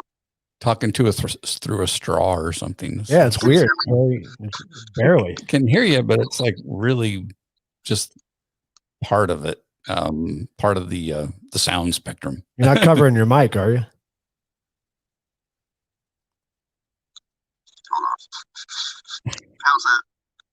It's still the same. That's weird. Isn't that weird? Yeah, How's that? Strange. I don't think I should be having this conversation with you. That's the reason why. It may be. Yeah, it just got really weird all of a sudden. Can you hear me now? Is it better? No. I can hear you. It's just kind of different. Can the audience hear me? Like a Cylon almost. Is everybody hearing what we're hearing? Somebody make a comment. Let us know. I think I will too. You want to know what I'm hearing right now? I'm waiting. Wendy said no. You can't hear him, or you can hear him, or you're hearing the same thing. It sounds weird. Yes. It sounds creepy. Okay. It sounds creepy. So you're sounding weird. Yeah. Yeah, there's I've unleashed the unholy spirits this week, so Yeah, it's really. It sounds like you're talking on like a megaphone right now. It just sounds really weird. Huh. Wow. Yeah. You guys sound perfectly fine though. Wow, So that's it's coming weird. from my end. Well, I'll tell you what I found that usually happens is when you have something that has a spectral hand and it's covering the microphone. So we've crossed the line somewhere with somebody. You guys haven't crossed the line. I have. Some things were meant to be told yet, and she's been offended before. Trust me. I wasn't calling her an asshole though. She knows. Hopefully, she knows it. Well, it's a matter of respect too, and being reverent towards them. They don't want to be worshipped, but they want to be. They have knowledge that you don't have, and they want you to acknowledge it. Wendy said it sounded like someone's taking over your body. To be honest, That would be the first time that's ever happened. it does sound. But I wish you could hear it because it does sound very weird. Yeah. Well, she just to give you a hint, what a patron is, a patron lives inside of you. So when you invite the Voodoo Loa to live within you, make a contract with them, and they live inside of you. And the contract that I made with 3 separate Loa, and they always dwell within me. They live through me, and I live through them. And they've been very active as of late. So Wow. there's a good chance they're being active right now, being a-holes. So. I'm almost hearing two voices. Yeah, that's what I mean. Are you not? Say that. It almost sounds like we're hearing two voices when you talk. They could be trying to communicate through me right now. So if I were you, when this is over with, I'd go back and listen to it to see if there's something being said underneath my voice. During my very first writing, when I first became a Oungan, and a writing is when you become fully possessed by a Loa spirit, and they act with it. They act through you completely. You're no longer there. It's just that. I did something that scared the hell out of Papa Tom as I spoke with 3 voices at the same time. So it would be the first time that's ever happened. There's something messing with this microphone. Yeah, there are definitely something. Something's messing with your microphone because you can hear it. All of a sudden, you'll come through clear, and then it stops. Burn the doll. There you go. Now you're clear. You're nice and clear there. When I'm being a smart ass, it's probably is when when it comes through. All When right. I'm being serious, it doesn't. That's normal. So it was Julie. Yeah, I blame her. But in all seriousness, go back and listen to this after it's over with. I'm You definitely. really should listen to it. Wow, that's I'd cool. You're I'd back love to- to know if you hear them speaking. So And I want to invite everybody to go to your YouTube channel and watch your shit. no. Or at least watch where you're at Lizzie's grave where you ask permission. to see if they hear that. And, you can't miss it. It's chilling. The laugh that comes through. There was a lot of touching and weirdness happening that day too. So as I was walking through the cemetery, because I pretty much used up every bit of stamina I had that day when I was walking through that cemetery. By the time I got to Lizzie's gravesite, so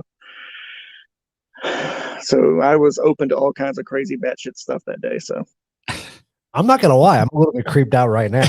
I want to know why your voice changed for like 10 minutes and now it's back like nothing happened. you should really listen to it. It's transmogrification. You should really listen to it. It's also called ululation. You might hear something interesting. Christine watched it. You heard the laugh, didn't you, Christine? You had to have. I'm waiting for her to respond. Wendy says, I think you just got possessed. Probably by my first chupacabra wife. That's what it was. She's pissed because you were talking about her. Well, my second wife was a sheep squatch. So She's fluffy. yeah, I don't know. She wasn't fluffy. She was bald. Oh, we I thought bald. didn't we have that Not conversation? Just to let you know, not all bald women are beautiful, and she was just bald on her head. The rest of her body was covered in hair. It was pretty bad. That was not a visual we needed. No. Welcome to my second wife. I didn't get any warning about that one though. It's pretty much kicked me in the ass and I go enjoy that lifetime. Luckily, I didn't breed with her either, so there were no spawn from that union. But any more questions or any more comments? I'm open to it. Nothing will offend me at this point. You're back to normal now, so yeah. Oh, that's not good. You ask a question that they don't want you to answer, then exactly. Then it'll go back to weird. Well, they pretty much don't like people digging around inside the children of the good day, the children of Samadhi, they don't care too much for exposure. So that's why I would love to know if you guys hear anything. So now I'm gonna ask a question, and I don't know why feel I'm free asking to. the question, but I'm gonna ask it. Is she with you right now? Yeah. Okay. Standing right in front of me right now. Smiling like an idiot. I mean smiling. It's very cold right now. It's cold and hot at the same time. My skin is on fire and the air is freezing. So you're outside? No, I'm inside. Huh. The interaction between the Loa and her in this conversation is making the room change temperatures right now. So I get that. It's interesting. Well, it's not bad. It's just interesting. Because it looks like I'm going to have to sit out some tobacco and some rum when I'm done tonight.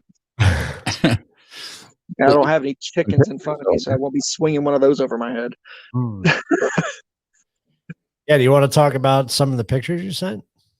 Oh, damn, I almost forgot about those. The altar pictures. Feel free to show those. That's the ritual, the altar that I was taught to make. Is there one you show first, or in particular? Candles lit or not lit? Show the ones with it dark first, because that's the way I see it. It's when it's dark and they're lit. There it is. That's what the table looks like. All the items on there represent a removal from yourself. The rattlesnake skin is where you shed your life. The candles help you walk out of the darkness back towards into the light. The bag contains a number of well, you won't see that yet. If you want to go to the lit pictures, then I can explain that better. There you go. There's a rattlesnake skin. That cross is a symbol for Baron Samadhi. The empty glass is what I usually would fill with my concoction. That container came from my homeland. You have to have something from your homeland. It's made by a potter that lived back in Tazewell County. He's a folk artist. He makes those pots. And I went back there and got that because it was made from the earth in which I was born. The bag there contains a number of pieces of bone which connect me to the dead.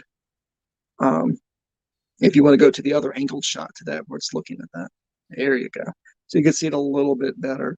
Right now, the jar is empty. But what you do to prepare the anointment to walk out of it, I anoint my eyes and my forehead with a mixture of my blood, graveyard dirt, and 3 ashes from 3 separate woods, which is cedar, oak, and yew. I put those in there, mix them together, and then I cut my hand and pour it into my hand, and then I anoint my forehead with it, my eyes, because it helps you see the next world.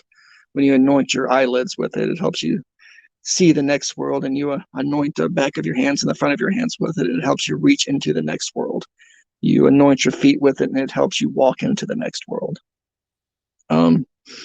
Again, the rattlesnake skin was from a very nasty rattlesnake I knew in Georgia that I met in Georgia. I found one of his shed skins, and I held on to it for some reason, but this was the reason apparently. But that skin represents his shedding of your life and walking into the next life with it. So, and then the knife that I use, if you want to show the knife, that knife was hand forged for me. Of course, it's Damascus steel. That was hand forged for me, specifically to use in rituals like this, to do sacrifices with and to draw blood with. It was not used for anything else but to draw blood with and to do sacrifices with.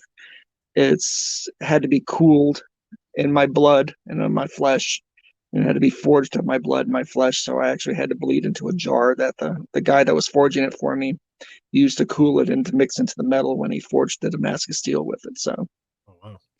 but these are all instruments that are used for the actual ritual for me to interact with her and to walk with her more actively.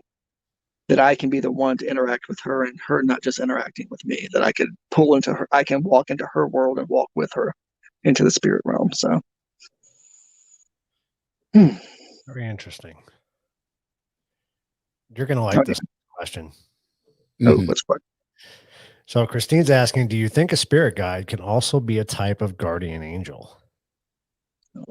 Oh, Jesus, tap dancing Christ. Christine, please. I'm sorry. But no. Angels are something else entirely.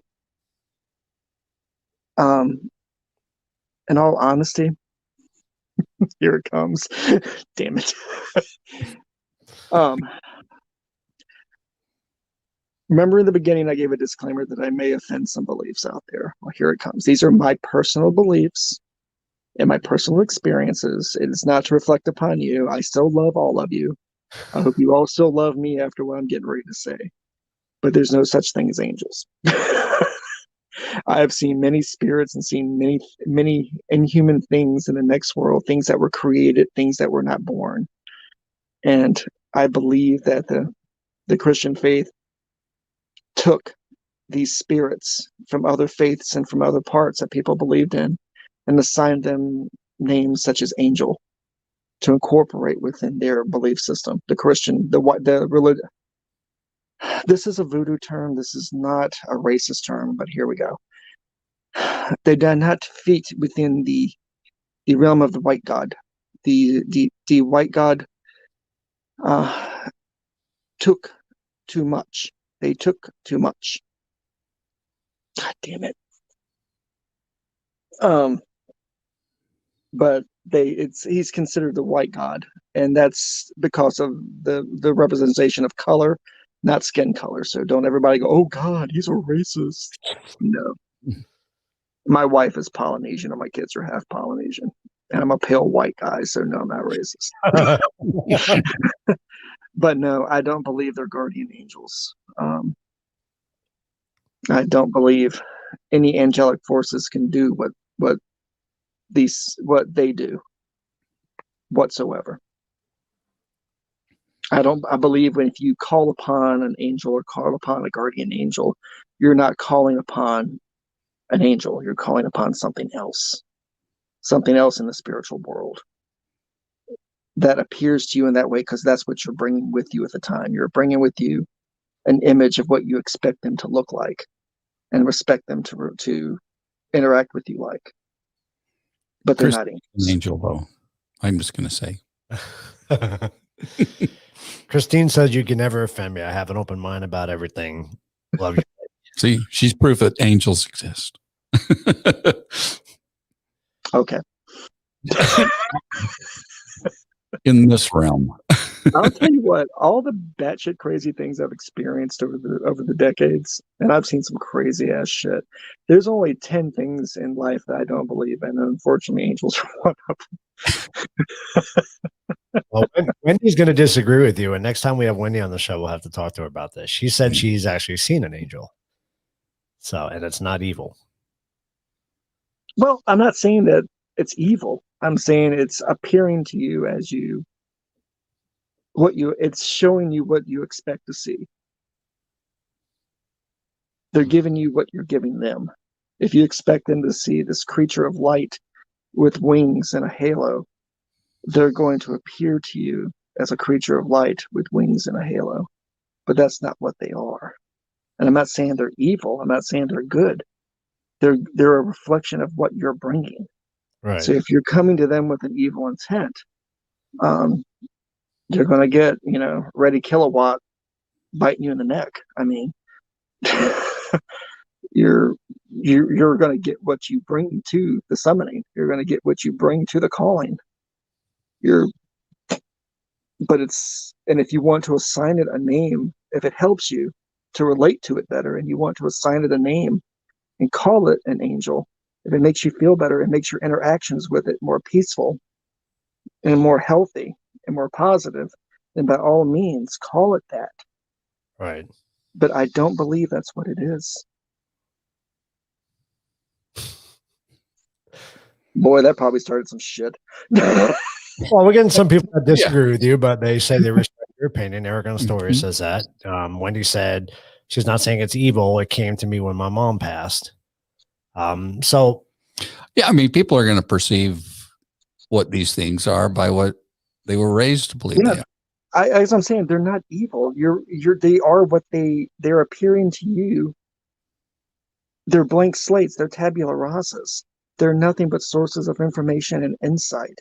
They have no ill intentions unless they see ill intentions within you. Then they're going to mirror back those ill intentions back to you. But I'm not saying that they're evil and that guardian angels are evil or that they appear to be evil.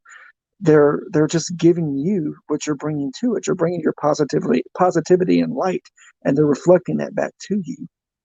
They're making you feel at ease, but they're not there to hurt you. They're there wondering why you're there. And they're going to answer your questions and make you feel better the best way that they can, according to what you're bringing to them. right. I mean, if making you feel better with them appearing as a donut with fangs, they're going to appear to you as a donut with fangs. I mean, it's a weird ass image, but I've seen stranger things. I like to comment that Heavy Metal Beer said it's way up there now, but it had to do with we can take offense. We can be offensive. We can be offensive, but but not offended. Yep. And I like that. That's so true. I mean, Yeah, because I don't try to offend. You know, and no, that's just it. You know, you might say something that people don't agree with, so they put up their you know. Yeah, and I'm not going to discount their beliefs. Yeah. Well, that's their beliefs. Again, though, I mean, could it be that the people who believe that they are angels, you don't necessarily believe that, based on your experiences, but could we be talking about the same thing, just calling it something different? You know what I mean? We give it something a different. Oh no, that's what I said. Yeah, that's what I was saying. There's something else. They appear. They're chameleons. They appear to you, and what makes you feel the most comfortable, and the most comfortable form they appear as. If being comforted by an angel, they're going to appear as an angel to you and guide you and protect you, and to help you answer questions, not answer the questions, because I've never heard of an angel answering questions. I've always heard of angelic beings guiding people to the answers, or giving them peace so they can find the answer on their own. That's the definition of a spirit guide. The fundamental definition of a spirit guide. It just happens to look like an angel for you. I could look at that same angel and see my little girl with many voices. Right. Or I could look at it and it could be my first chupacabra ex-wife. Oh God. But still, that's a hell of a thing to imagine. Oh, she had scales for real too. She was pretty bad. She was a circus freak. Oh God. Well, Wendy can be offended, she says, and she can also end up in Facebook jail because she gets offended. She gets offended, or she becomes offensive. Hey, I don't see. This is one of the things that gets me in trouble is when I start talking about these things, because a lot of people they have their own beliefs. I'm not here to challenge your beliefs. Right. I'm welcome to hear about your beliefs, and I will listen in a very respectful. I'll be very, I will respect your beliefs, and I will listen insightfully to it. Well, I mean, I'll draw my own conclusions. I hope other people can do that with me as well and draw their own conclusions from it and listen to it. Well, like you said, I mean, everybody has their own belief. I mean, what is it? What is it? Buddhism? Don't they believe in the sacred cow? Whatever. I don't think I remember. Oh, Jesus Christ. What I'm saying? Buddhists. Has everybody has their own beliefs. They all have that. They all, like Joey says, you give certain things power, Yeah. by believing in it. And I think that could be the same way with spirit guides versus angels versus whatever you want to call it, guardian angels, whatever it may be. I mean, it's That is true. his own. I mean, You get what you give in this world and in the next. And it's completely up to you what you see and what you experience. Again, they're there for the experience, whatever experience you give them, they're there for it. Whether it's positive, negative, or batshit weird, they're going to give it to you. You know how boring of a world it would be if we all agreed on the same things and believed the same things. I mean, what would be the purpose of even being alive? I am the only person to ever get kicked out of a Buddhist temple, I think. I shit you not. What did you do? Well, you had to go up and rub his belly? Did you use our toilet too? No, just kidding. Well, no, I was there meditating. I was here for 3 damn weeks. And then I walked out into the meditation and I walked out into one of the monk's personal gardens, and it was filled with all these damn doves. And you can't hurt an animal, by the way. If they're living on the temple grounds, you can't touch them or hurt them. Well, there were 50 fucking doves and they wouldn't move. So I kicked them. I kicked it. I drew back and I kicked the ever living hell out of them. They wouldn't get off of me. They freaked me out. And they were like doves shooting all over the place. And I was just kicking them all over the place and beating doves. They didn't die, I don't think. But when I turned around, I had about 20 monks staring at me. You must leave now. I didn't kill the doves, but they were everywhere, dude. I was like being dove attacked. It was not cool. I did not think that was very serene. And them kicking me out and asking me to go back across the bridge and don't ring the gong, I think that was very disrespectful.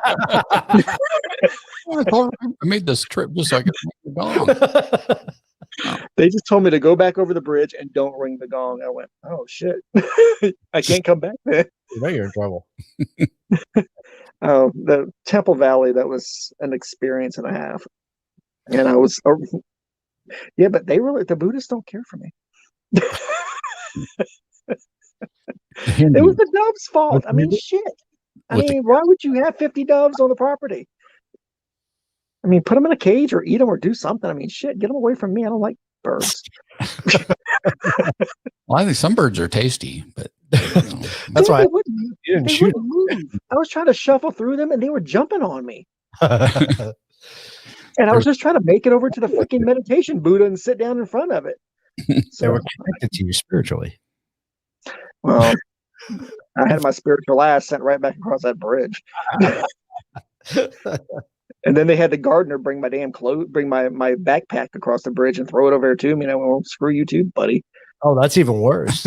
Yeah. They sent the gardener, dude, the freaking gardener who didn't speak English, but he glared at me the entire time across the bridge. So I had to stand there for 10 minutes as he walked across this damn bridge staring at me. Oh, boy.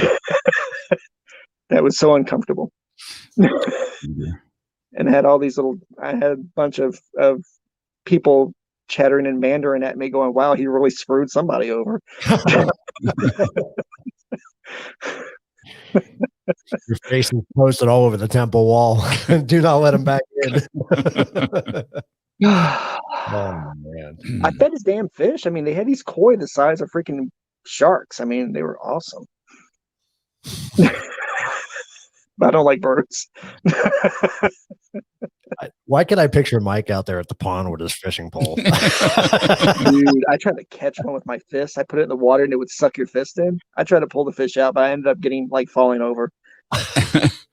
Because some of the incense, you get really high off of some of that incense they burn if you get really close to it. I was just saying the drugs of the Far East are fascinating. Well, they've been at it a long, long time. Yeah. I don't know. I grew a few of them around here somewhere. So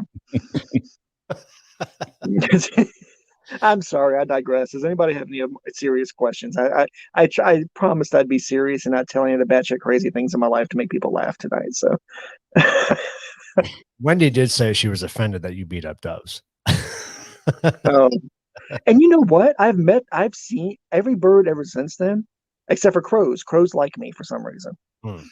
But every other bird is always pissed off at me. I've got a fucking yard full, a freaking yard full of peacocks and chickens and everything, and ducks and geese, and those things will F me up every time I go near them. And I think it's a Buddhist curse. It all comes from those damn doves. I blame the Buddhists on that one. They all belong to the same union. Yeah. That plus I sacrifice about 3 chickens a week too, so the chickens might be taking offense to that. Could be just a little bit. Any other questions or comments? Not yet. You have one, Joey? No, I printed up all this stuff just so I had something in case I needed something. But feel free to ask or give reactions. I'll tell you what. No, I mean, this is Google's idea of what things are, you know, so it's a pretty broad brush. You know? It is. And it's all what you're bringing to the world. And a spirit guide can lead you to great moments of insight and peace and clarity, or it can lead you to more questions that you'll never find the answer to. Questions that they can't find the answer to. Like me, there's a construct in my dream walk. It's a barn, which I see dead people walk into all the time in the forest that I'm never allowed to walk into. She always stands between me and the barn and tells me no. But something inside of me tells me there are answers in that barn. But she won't let me in the barn to see them. So, and apparently the barn is a construct of my own mind. So I don't know. I don't know what's in there. Maybe one day I'll find out what's in that barn. When I do, it should be pretty freaking interesting. Or then again, it could be filled with snakes. Well, I had a flashback from The Walking Dead just now, but he said that the barn. Yeah. Right? Dude, I remember that episode. That was so not cool. No. Yeah. Oh, that episode of South Park I was telling you about, when Butters goes in to see he thinks Cartman is dead and Cartman's a ghost. He goes in to talk to a medium, and she asks him, "How long have you been seeing the dead? When's the last time you saw your little dead friend?" "Well, he's here standing beside me right now." And she looks at him and freaks out and runs out of the room. And Butters goes, "Oh, wow, she really can see the dead." When I first saw that episode, I said, that shit really happened. It's always fun when you go to people like that and you have something like a spirit guide or a Loa or some spiritual aspect that's following you.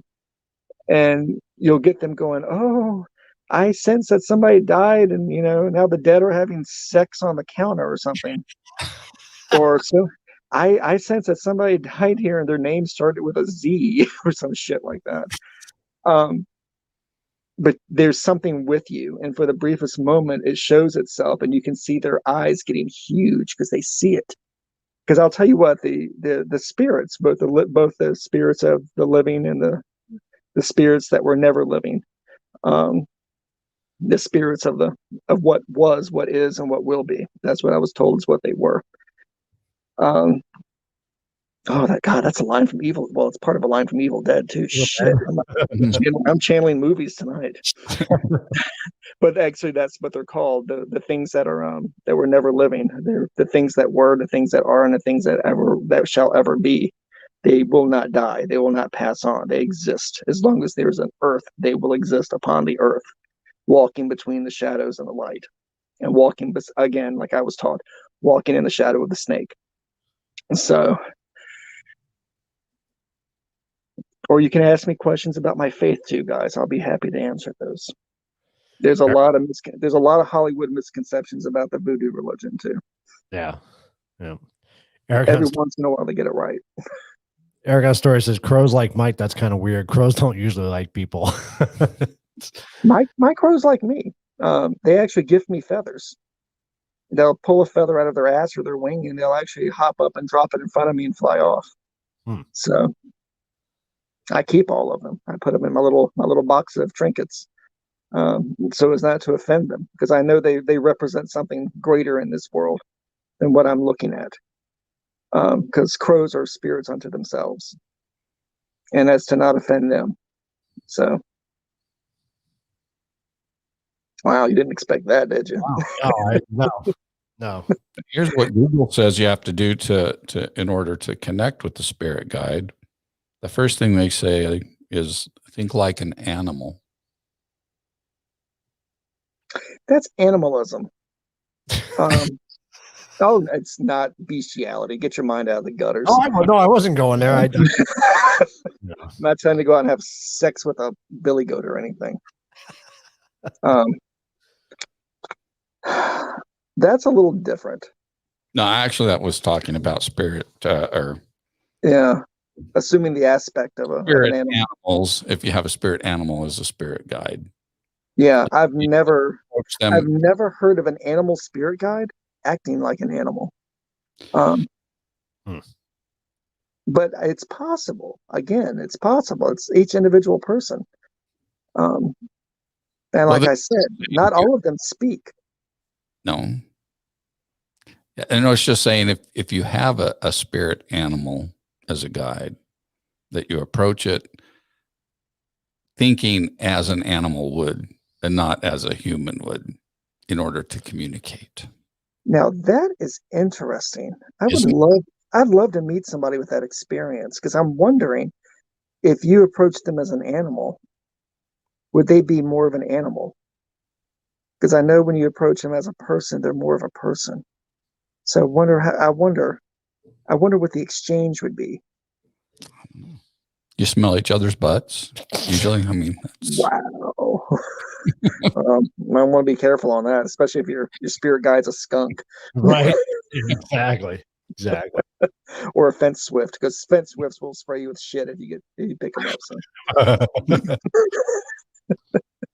I wasn't really going anywhere with that one. I just just kind of popped out. No, that's a really good idea, because the few people I've met that actively engage in rites with, because there's sects of spirituality that deal exclusively with animalism. They deal with the spirit of the wild, the spirit of the beasts, and the spirit of the true natural world, not the true natural preternatural world, but the true natural world, where that they find insight from the simplicity of the mind of a beast, or from the complexity of the mind of the beast, by assuming that mind of the beast, or allowing their mind to overwhelm yours. And that's supposed to provide insight, from what I understand. I'm open to that experience. I've just never had it. It seems interesting, but I've just never had it. Mine has always been, again, a little girl, but I don't know what she was before she was a little girl. Yeah. She could have been anything. She's been around a long time. Yeah. A very long time, much longer than me, much wiser than me. Any other questions? The good stuff, though. This is good. This is making me think. Right? Telling you. But if you want to ask anything about Marie Laveau, because I was given a piece by her family. I mean, I didn't express my fundamental belief towards her family, but they gave me a piece of her actual tomb to keep as a token. Really? Yeah, I have it in front of me right now. And I've used it in ceremonies. There's a lot of power contained within that thing. You can feel it. It thrums in your hand when you hold it. She never left this world when she died. All she did was step to the left. That's all she did. And she still walks it with her family. Like I said, she was bad news then. She's bad news now. She's not somebody you ever, and I know people who call upon her to be ridden by her spirit. And I've always told them, I said, I wouldn't do that. I just wouldn't do it, because she toys with you too much. She gets too much. She gets weighed. She's much like her patron is, which is Azuli Red Eye. Azuli Red Eye toys with her worshipers and with her followers a great deal. And she adopted that into her mannerisms in this life and the next. Wow, that was odd, wasn't it? Really, Yeah, I'm not gonna. I don't mess with any of that shit anyway. Oh, you should see me. I mean, I'm one of a handful of Caucasians that were truly inducted into the Vodou religion. There's not many of us out there. There's a lot of people who are at trinket shops and voodoo shops that are as whiter than me that proclaim to be great priests or priestesses and of the voodoo religion, and they wouldn't know a chicken leg from a bakor spoon. I mean, they just wouldn't know any better. And those people, if they're doing harm to the community, we usually would try to drive them out of the community. If they're doing more harm than good, we would drive them out of the community and make them stop doing what they're doing. I had to be taught that to do no harm, to do good, to be labeled as a bakor, to be labeled as a witch doctor. It's like somebody calling you a skinwalker. It's like somebody looking at you, Joe, and go, "You filthy skinwalker." Right. It's a bakor is not a nice name to be called or to be associated with, because nobody will work with you unless they want to curse a family member, and usually the curses involve death, bringing death upon someone. Right.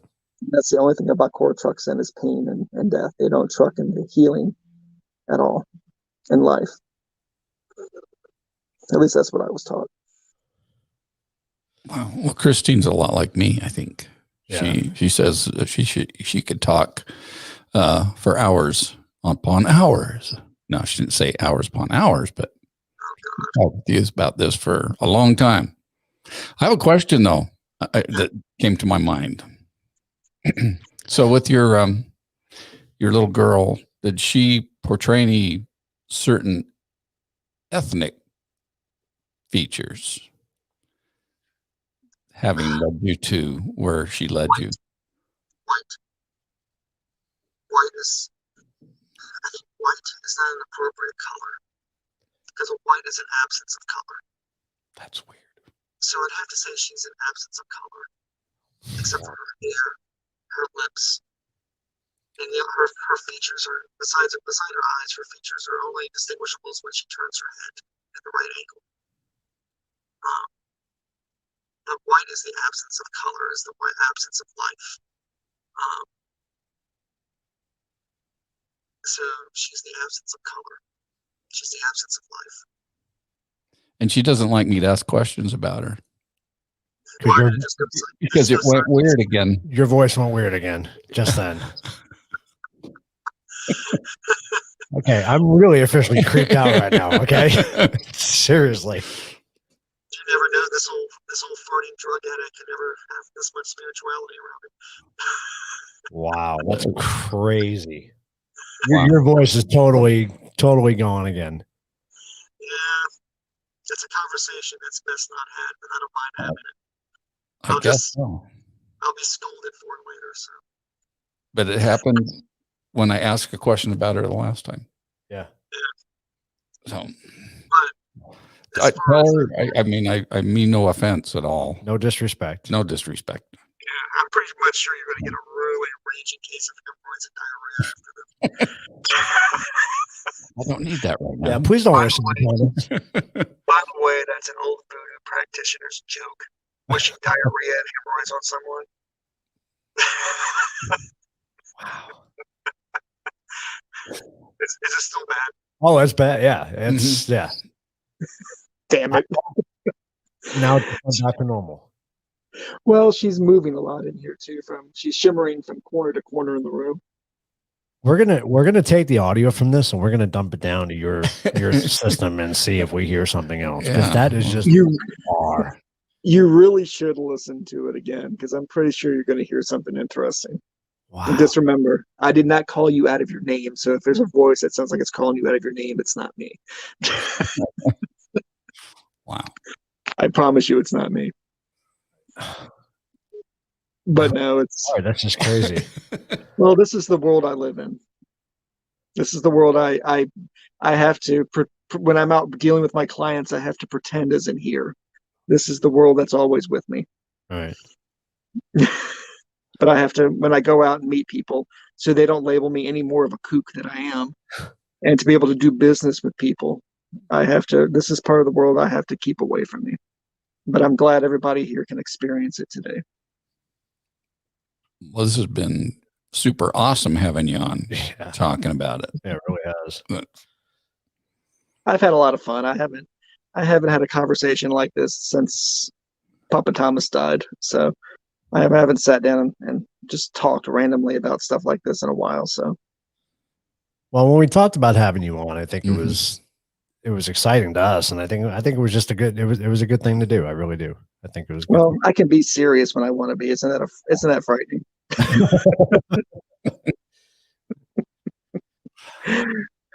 That's crazy. I can't wait to go back and listen. Oh, no kidding.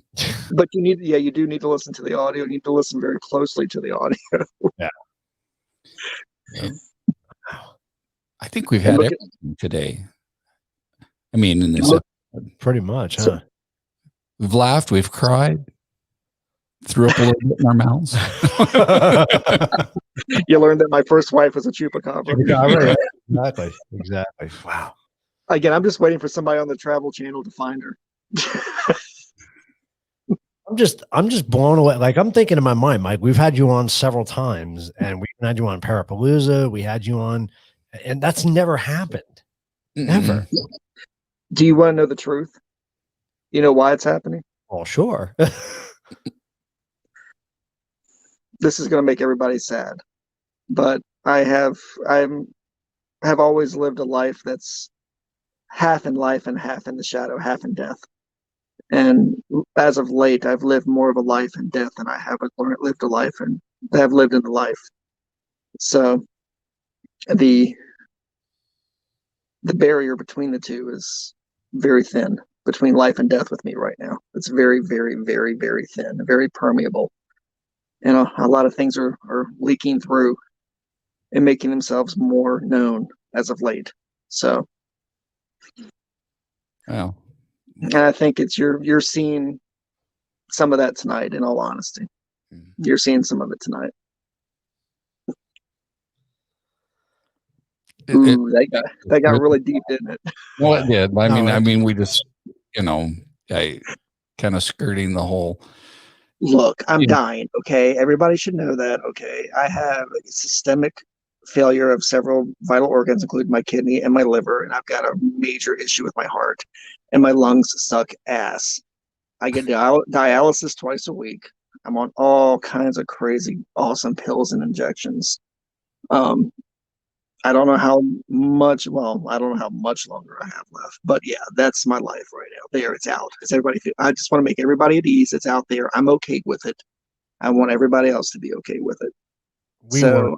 I'm not gonna dance around that border. I'm not gonna dance around the fringes of it. I am really close to taking the eternal celestial dirt nap. And that just makes us sad. It really does. Yeah. I mean, it shouldn't make you sad. I've lived an amazing life. I don't know if I have days, weeks, months, another year. I know it's my song has ended. It's ending. The crescendo happened many years ago. It was a beautiful crescendo. I've had a beautiful life. I've seen so many things. I've met so many fascinating people. I've done some crazy shit. And I consider this being with you guys and having other people experience parts of the more unusual parts of my life. I think it's amazing. This is a great way to end it all.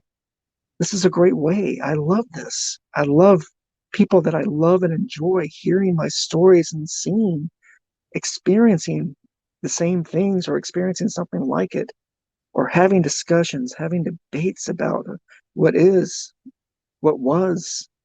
life. I mean, things that not of this world. This is awesome to me. This is amazing to me. Absolutely amazing. And it's nice to be able to close the book on your life knowing that you ended in such a fun, amazing way, that you left so many awesome people, got to meet so many awesome people, and left them with a smile on their face or thinking about things. I mean, I'm irreverent and nuts, but yeah, that infection I had last year really devastated my body hideously, and it started falling apart. but my alcohol consumption and random drug use didn't help it much either. Well, That's one of the reasons why I don't drink. But I've had an amazing life. I'm just truly honored that our paths crossed this past, or Absolutely. Well, it happened for a reason. Last year. I was brought to you guys for a reason. So, and I- maybe tonight you'll know part of that reason when you go back and listen to that. You'll get to maybe hear some of that reason. Lindsay says, we love everything you give us, Mike, and you will forever be remembered and loved. So, I bet you I will. Even you know what?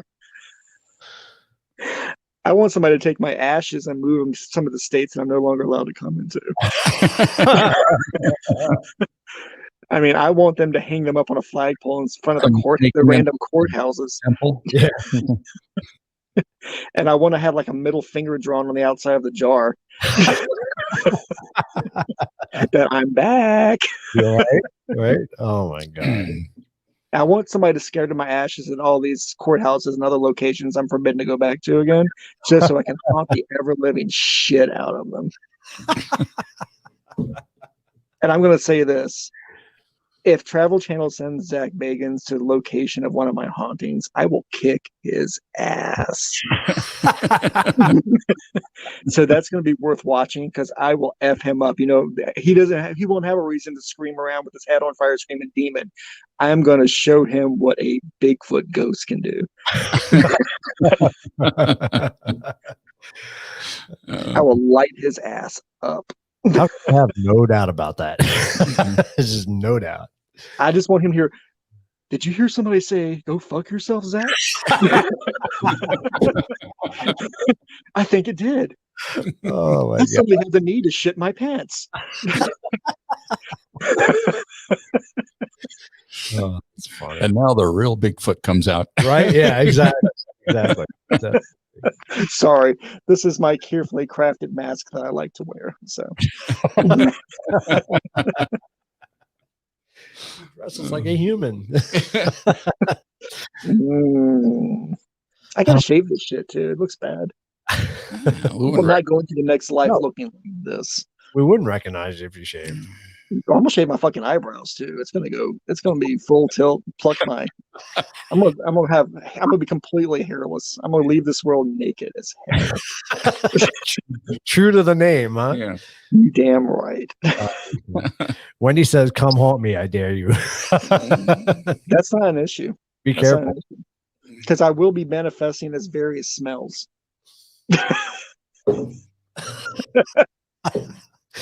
If you smell a rank taco fart, that'll be me. If somebody writes on a bathroom, right. Somebody writes on a wall in feces, Noel, it'll be me.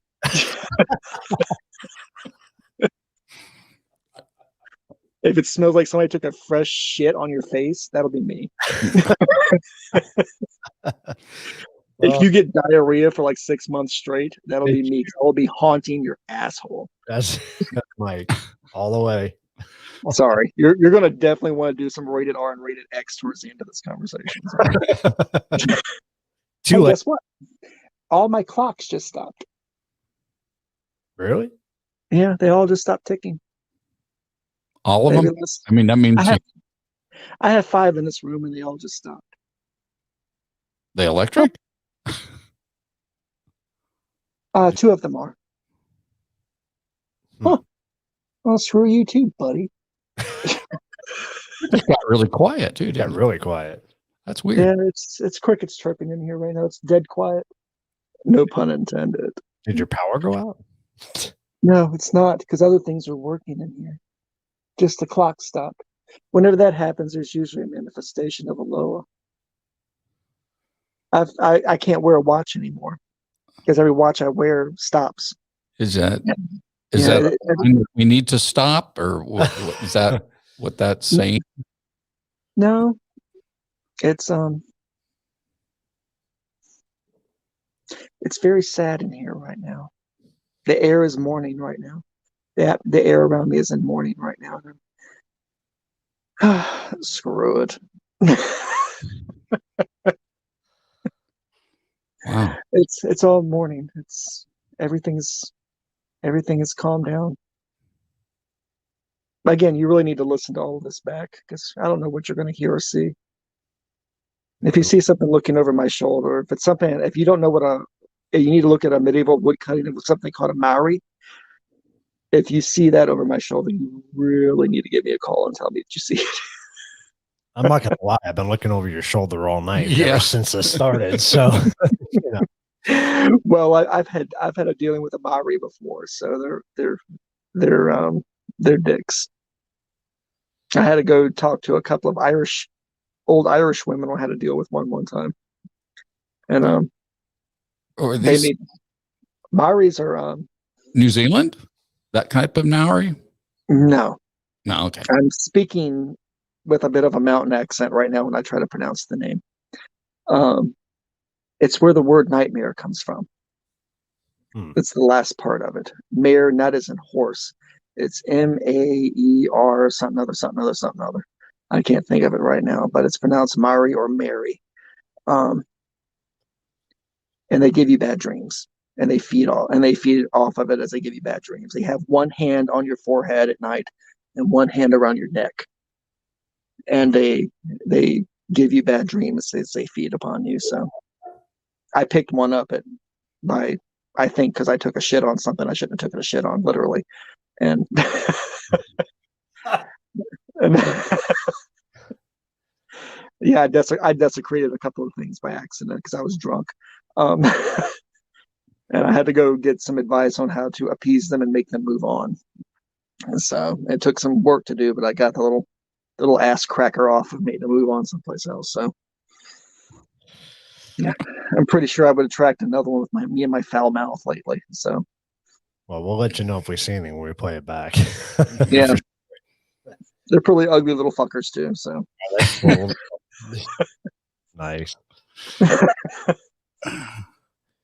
Well, we definitely went way over time on this. Yeah, one. we did. Oh God, okay, don't have a clock. Let me see what time. Oh shit. Looking at my phone. Oh shit. At least that's working. It's been too much fun. Yeah, It's been real, guys. I mean, I hope everybody enjoyed the conversation tonight. I hope everybody. I've enjoyed talking tonight. I've enjoyed all of you guys. It's been a lot of fun. Well, I hope we have more opportunities before that day comes. Well, because we will. Just love you. Yeah, we do. We will. And like I said, you might get a little vial of my ashes mailed to you in the mail at some point. I strongly advise you to bury it in a lead box with lots of holy water. I'll just put you next to Julie. It's okay. Oh yeah, that's gonna work out. Lindsay will enjoy that. Why does everything smell like shit? We got 2 dogs that accomplish that. So no, this is like a dog fart times 10. So right. Okay. We'll wrap it up. Okay.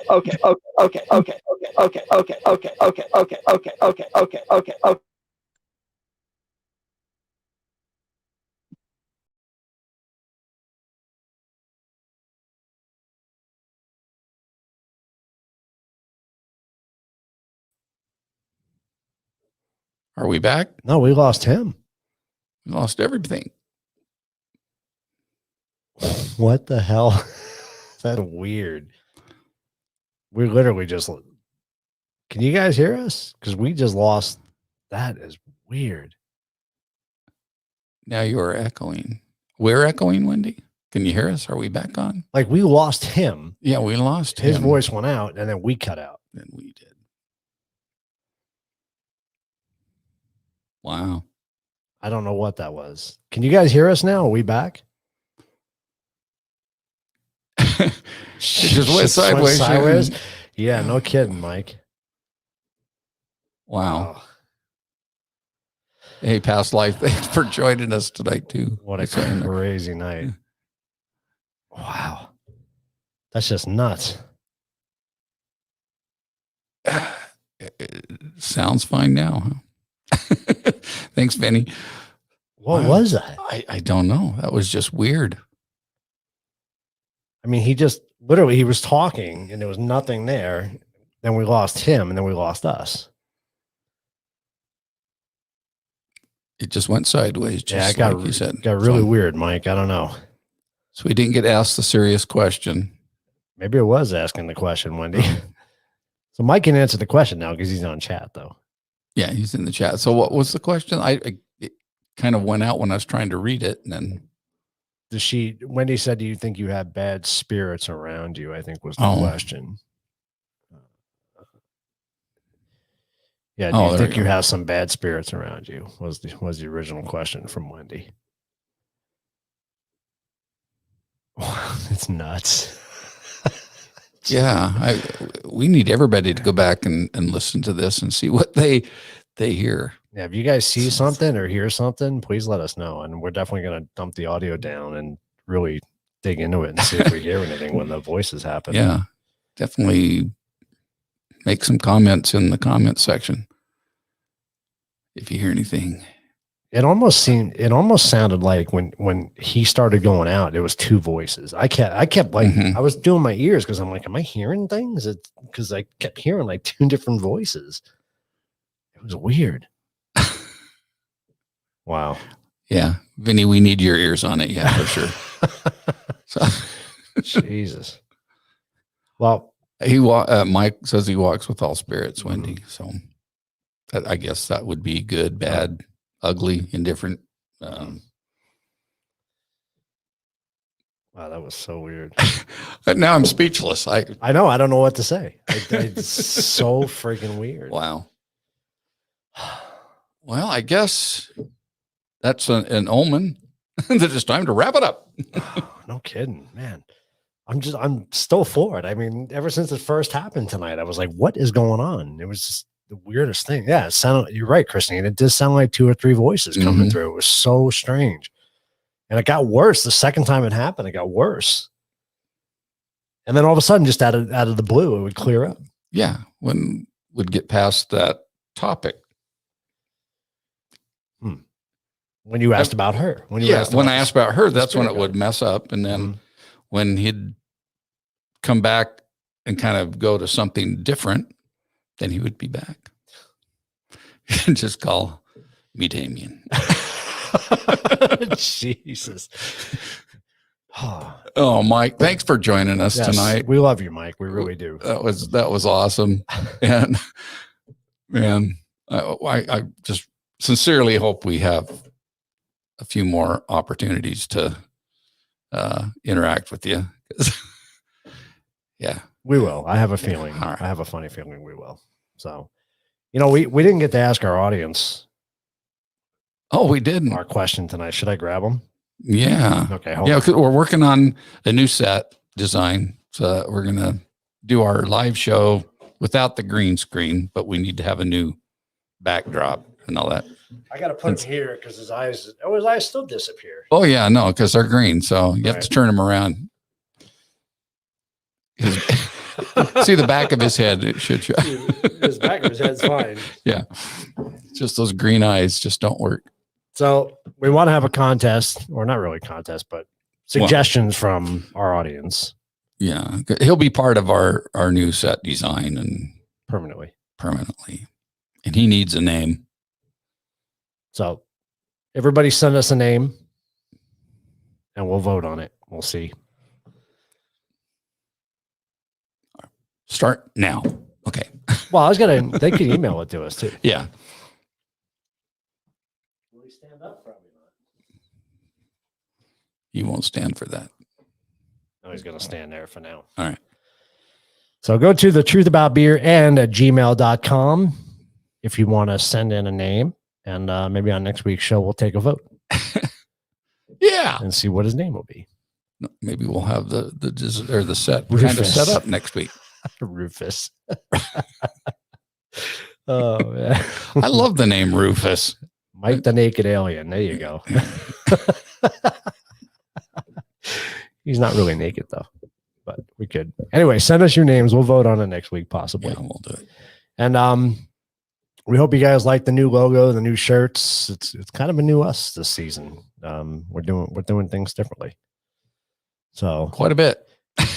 and if you haven't, please go watch our first episode of the season, Alien DNA. You will be, much like tonight's episode, you'll be left speechless by the end of that episode.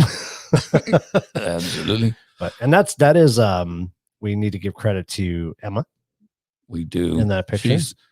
She's such a trooper. She is. She helped us out in the pinch, and that's our alien too. Yeah. So we got we don't have the rights to that picture. So Emma's got a name, but our alien doesn't have a name. So that's right. So we have to what? And did want to mention I mean, we were absent Tim tonight. We do have a new segment we're going to be doing. So you will be seeing Tim every week. But he had a little family emergency tonight, so he wasn't able to be with us. But we're going to have a Tim segment every week. And I'm sure you're going to want to check it out. Yep. And Tim is okay, by the way. Everything Tim's fine. Everything is okay. I got a text that everything worked Oh, out. good.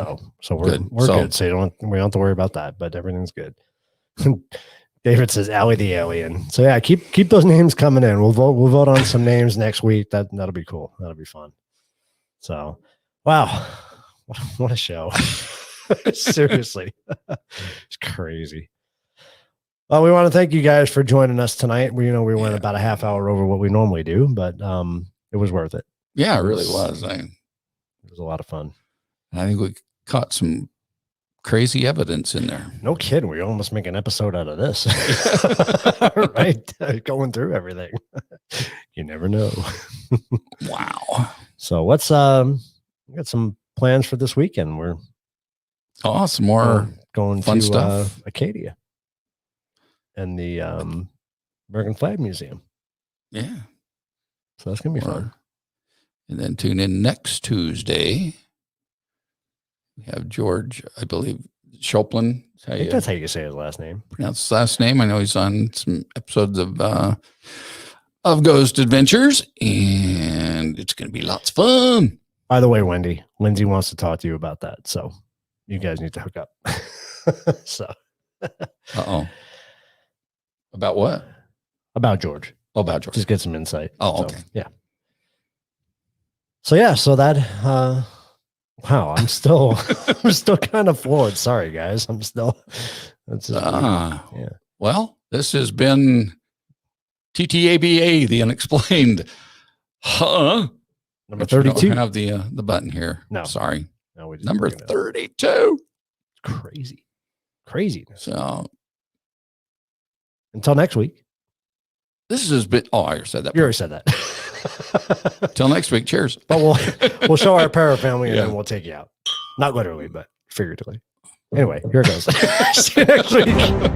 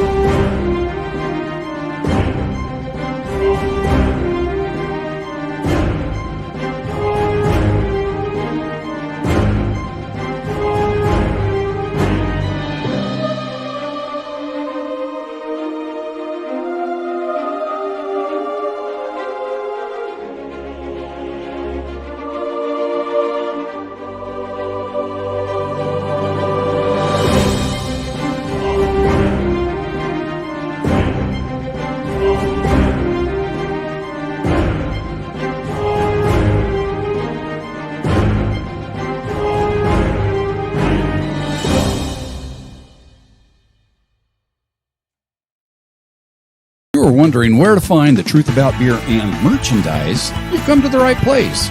BS Designs has all the merch you've been looking for, from t-shirts and koozies to the very collectible The Truth About Beer and themed gnomes. Visit BS Designs today.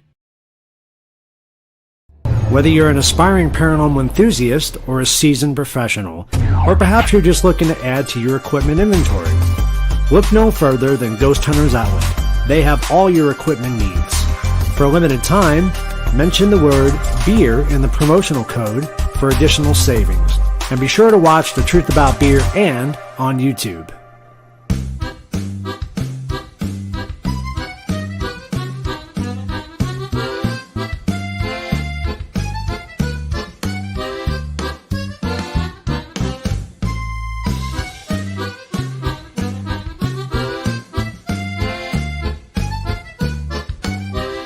Welcome to The Truth About Beer.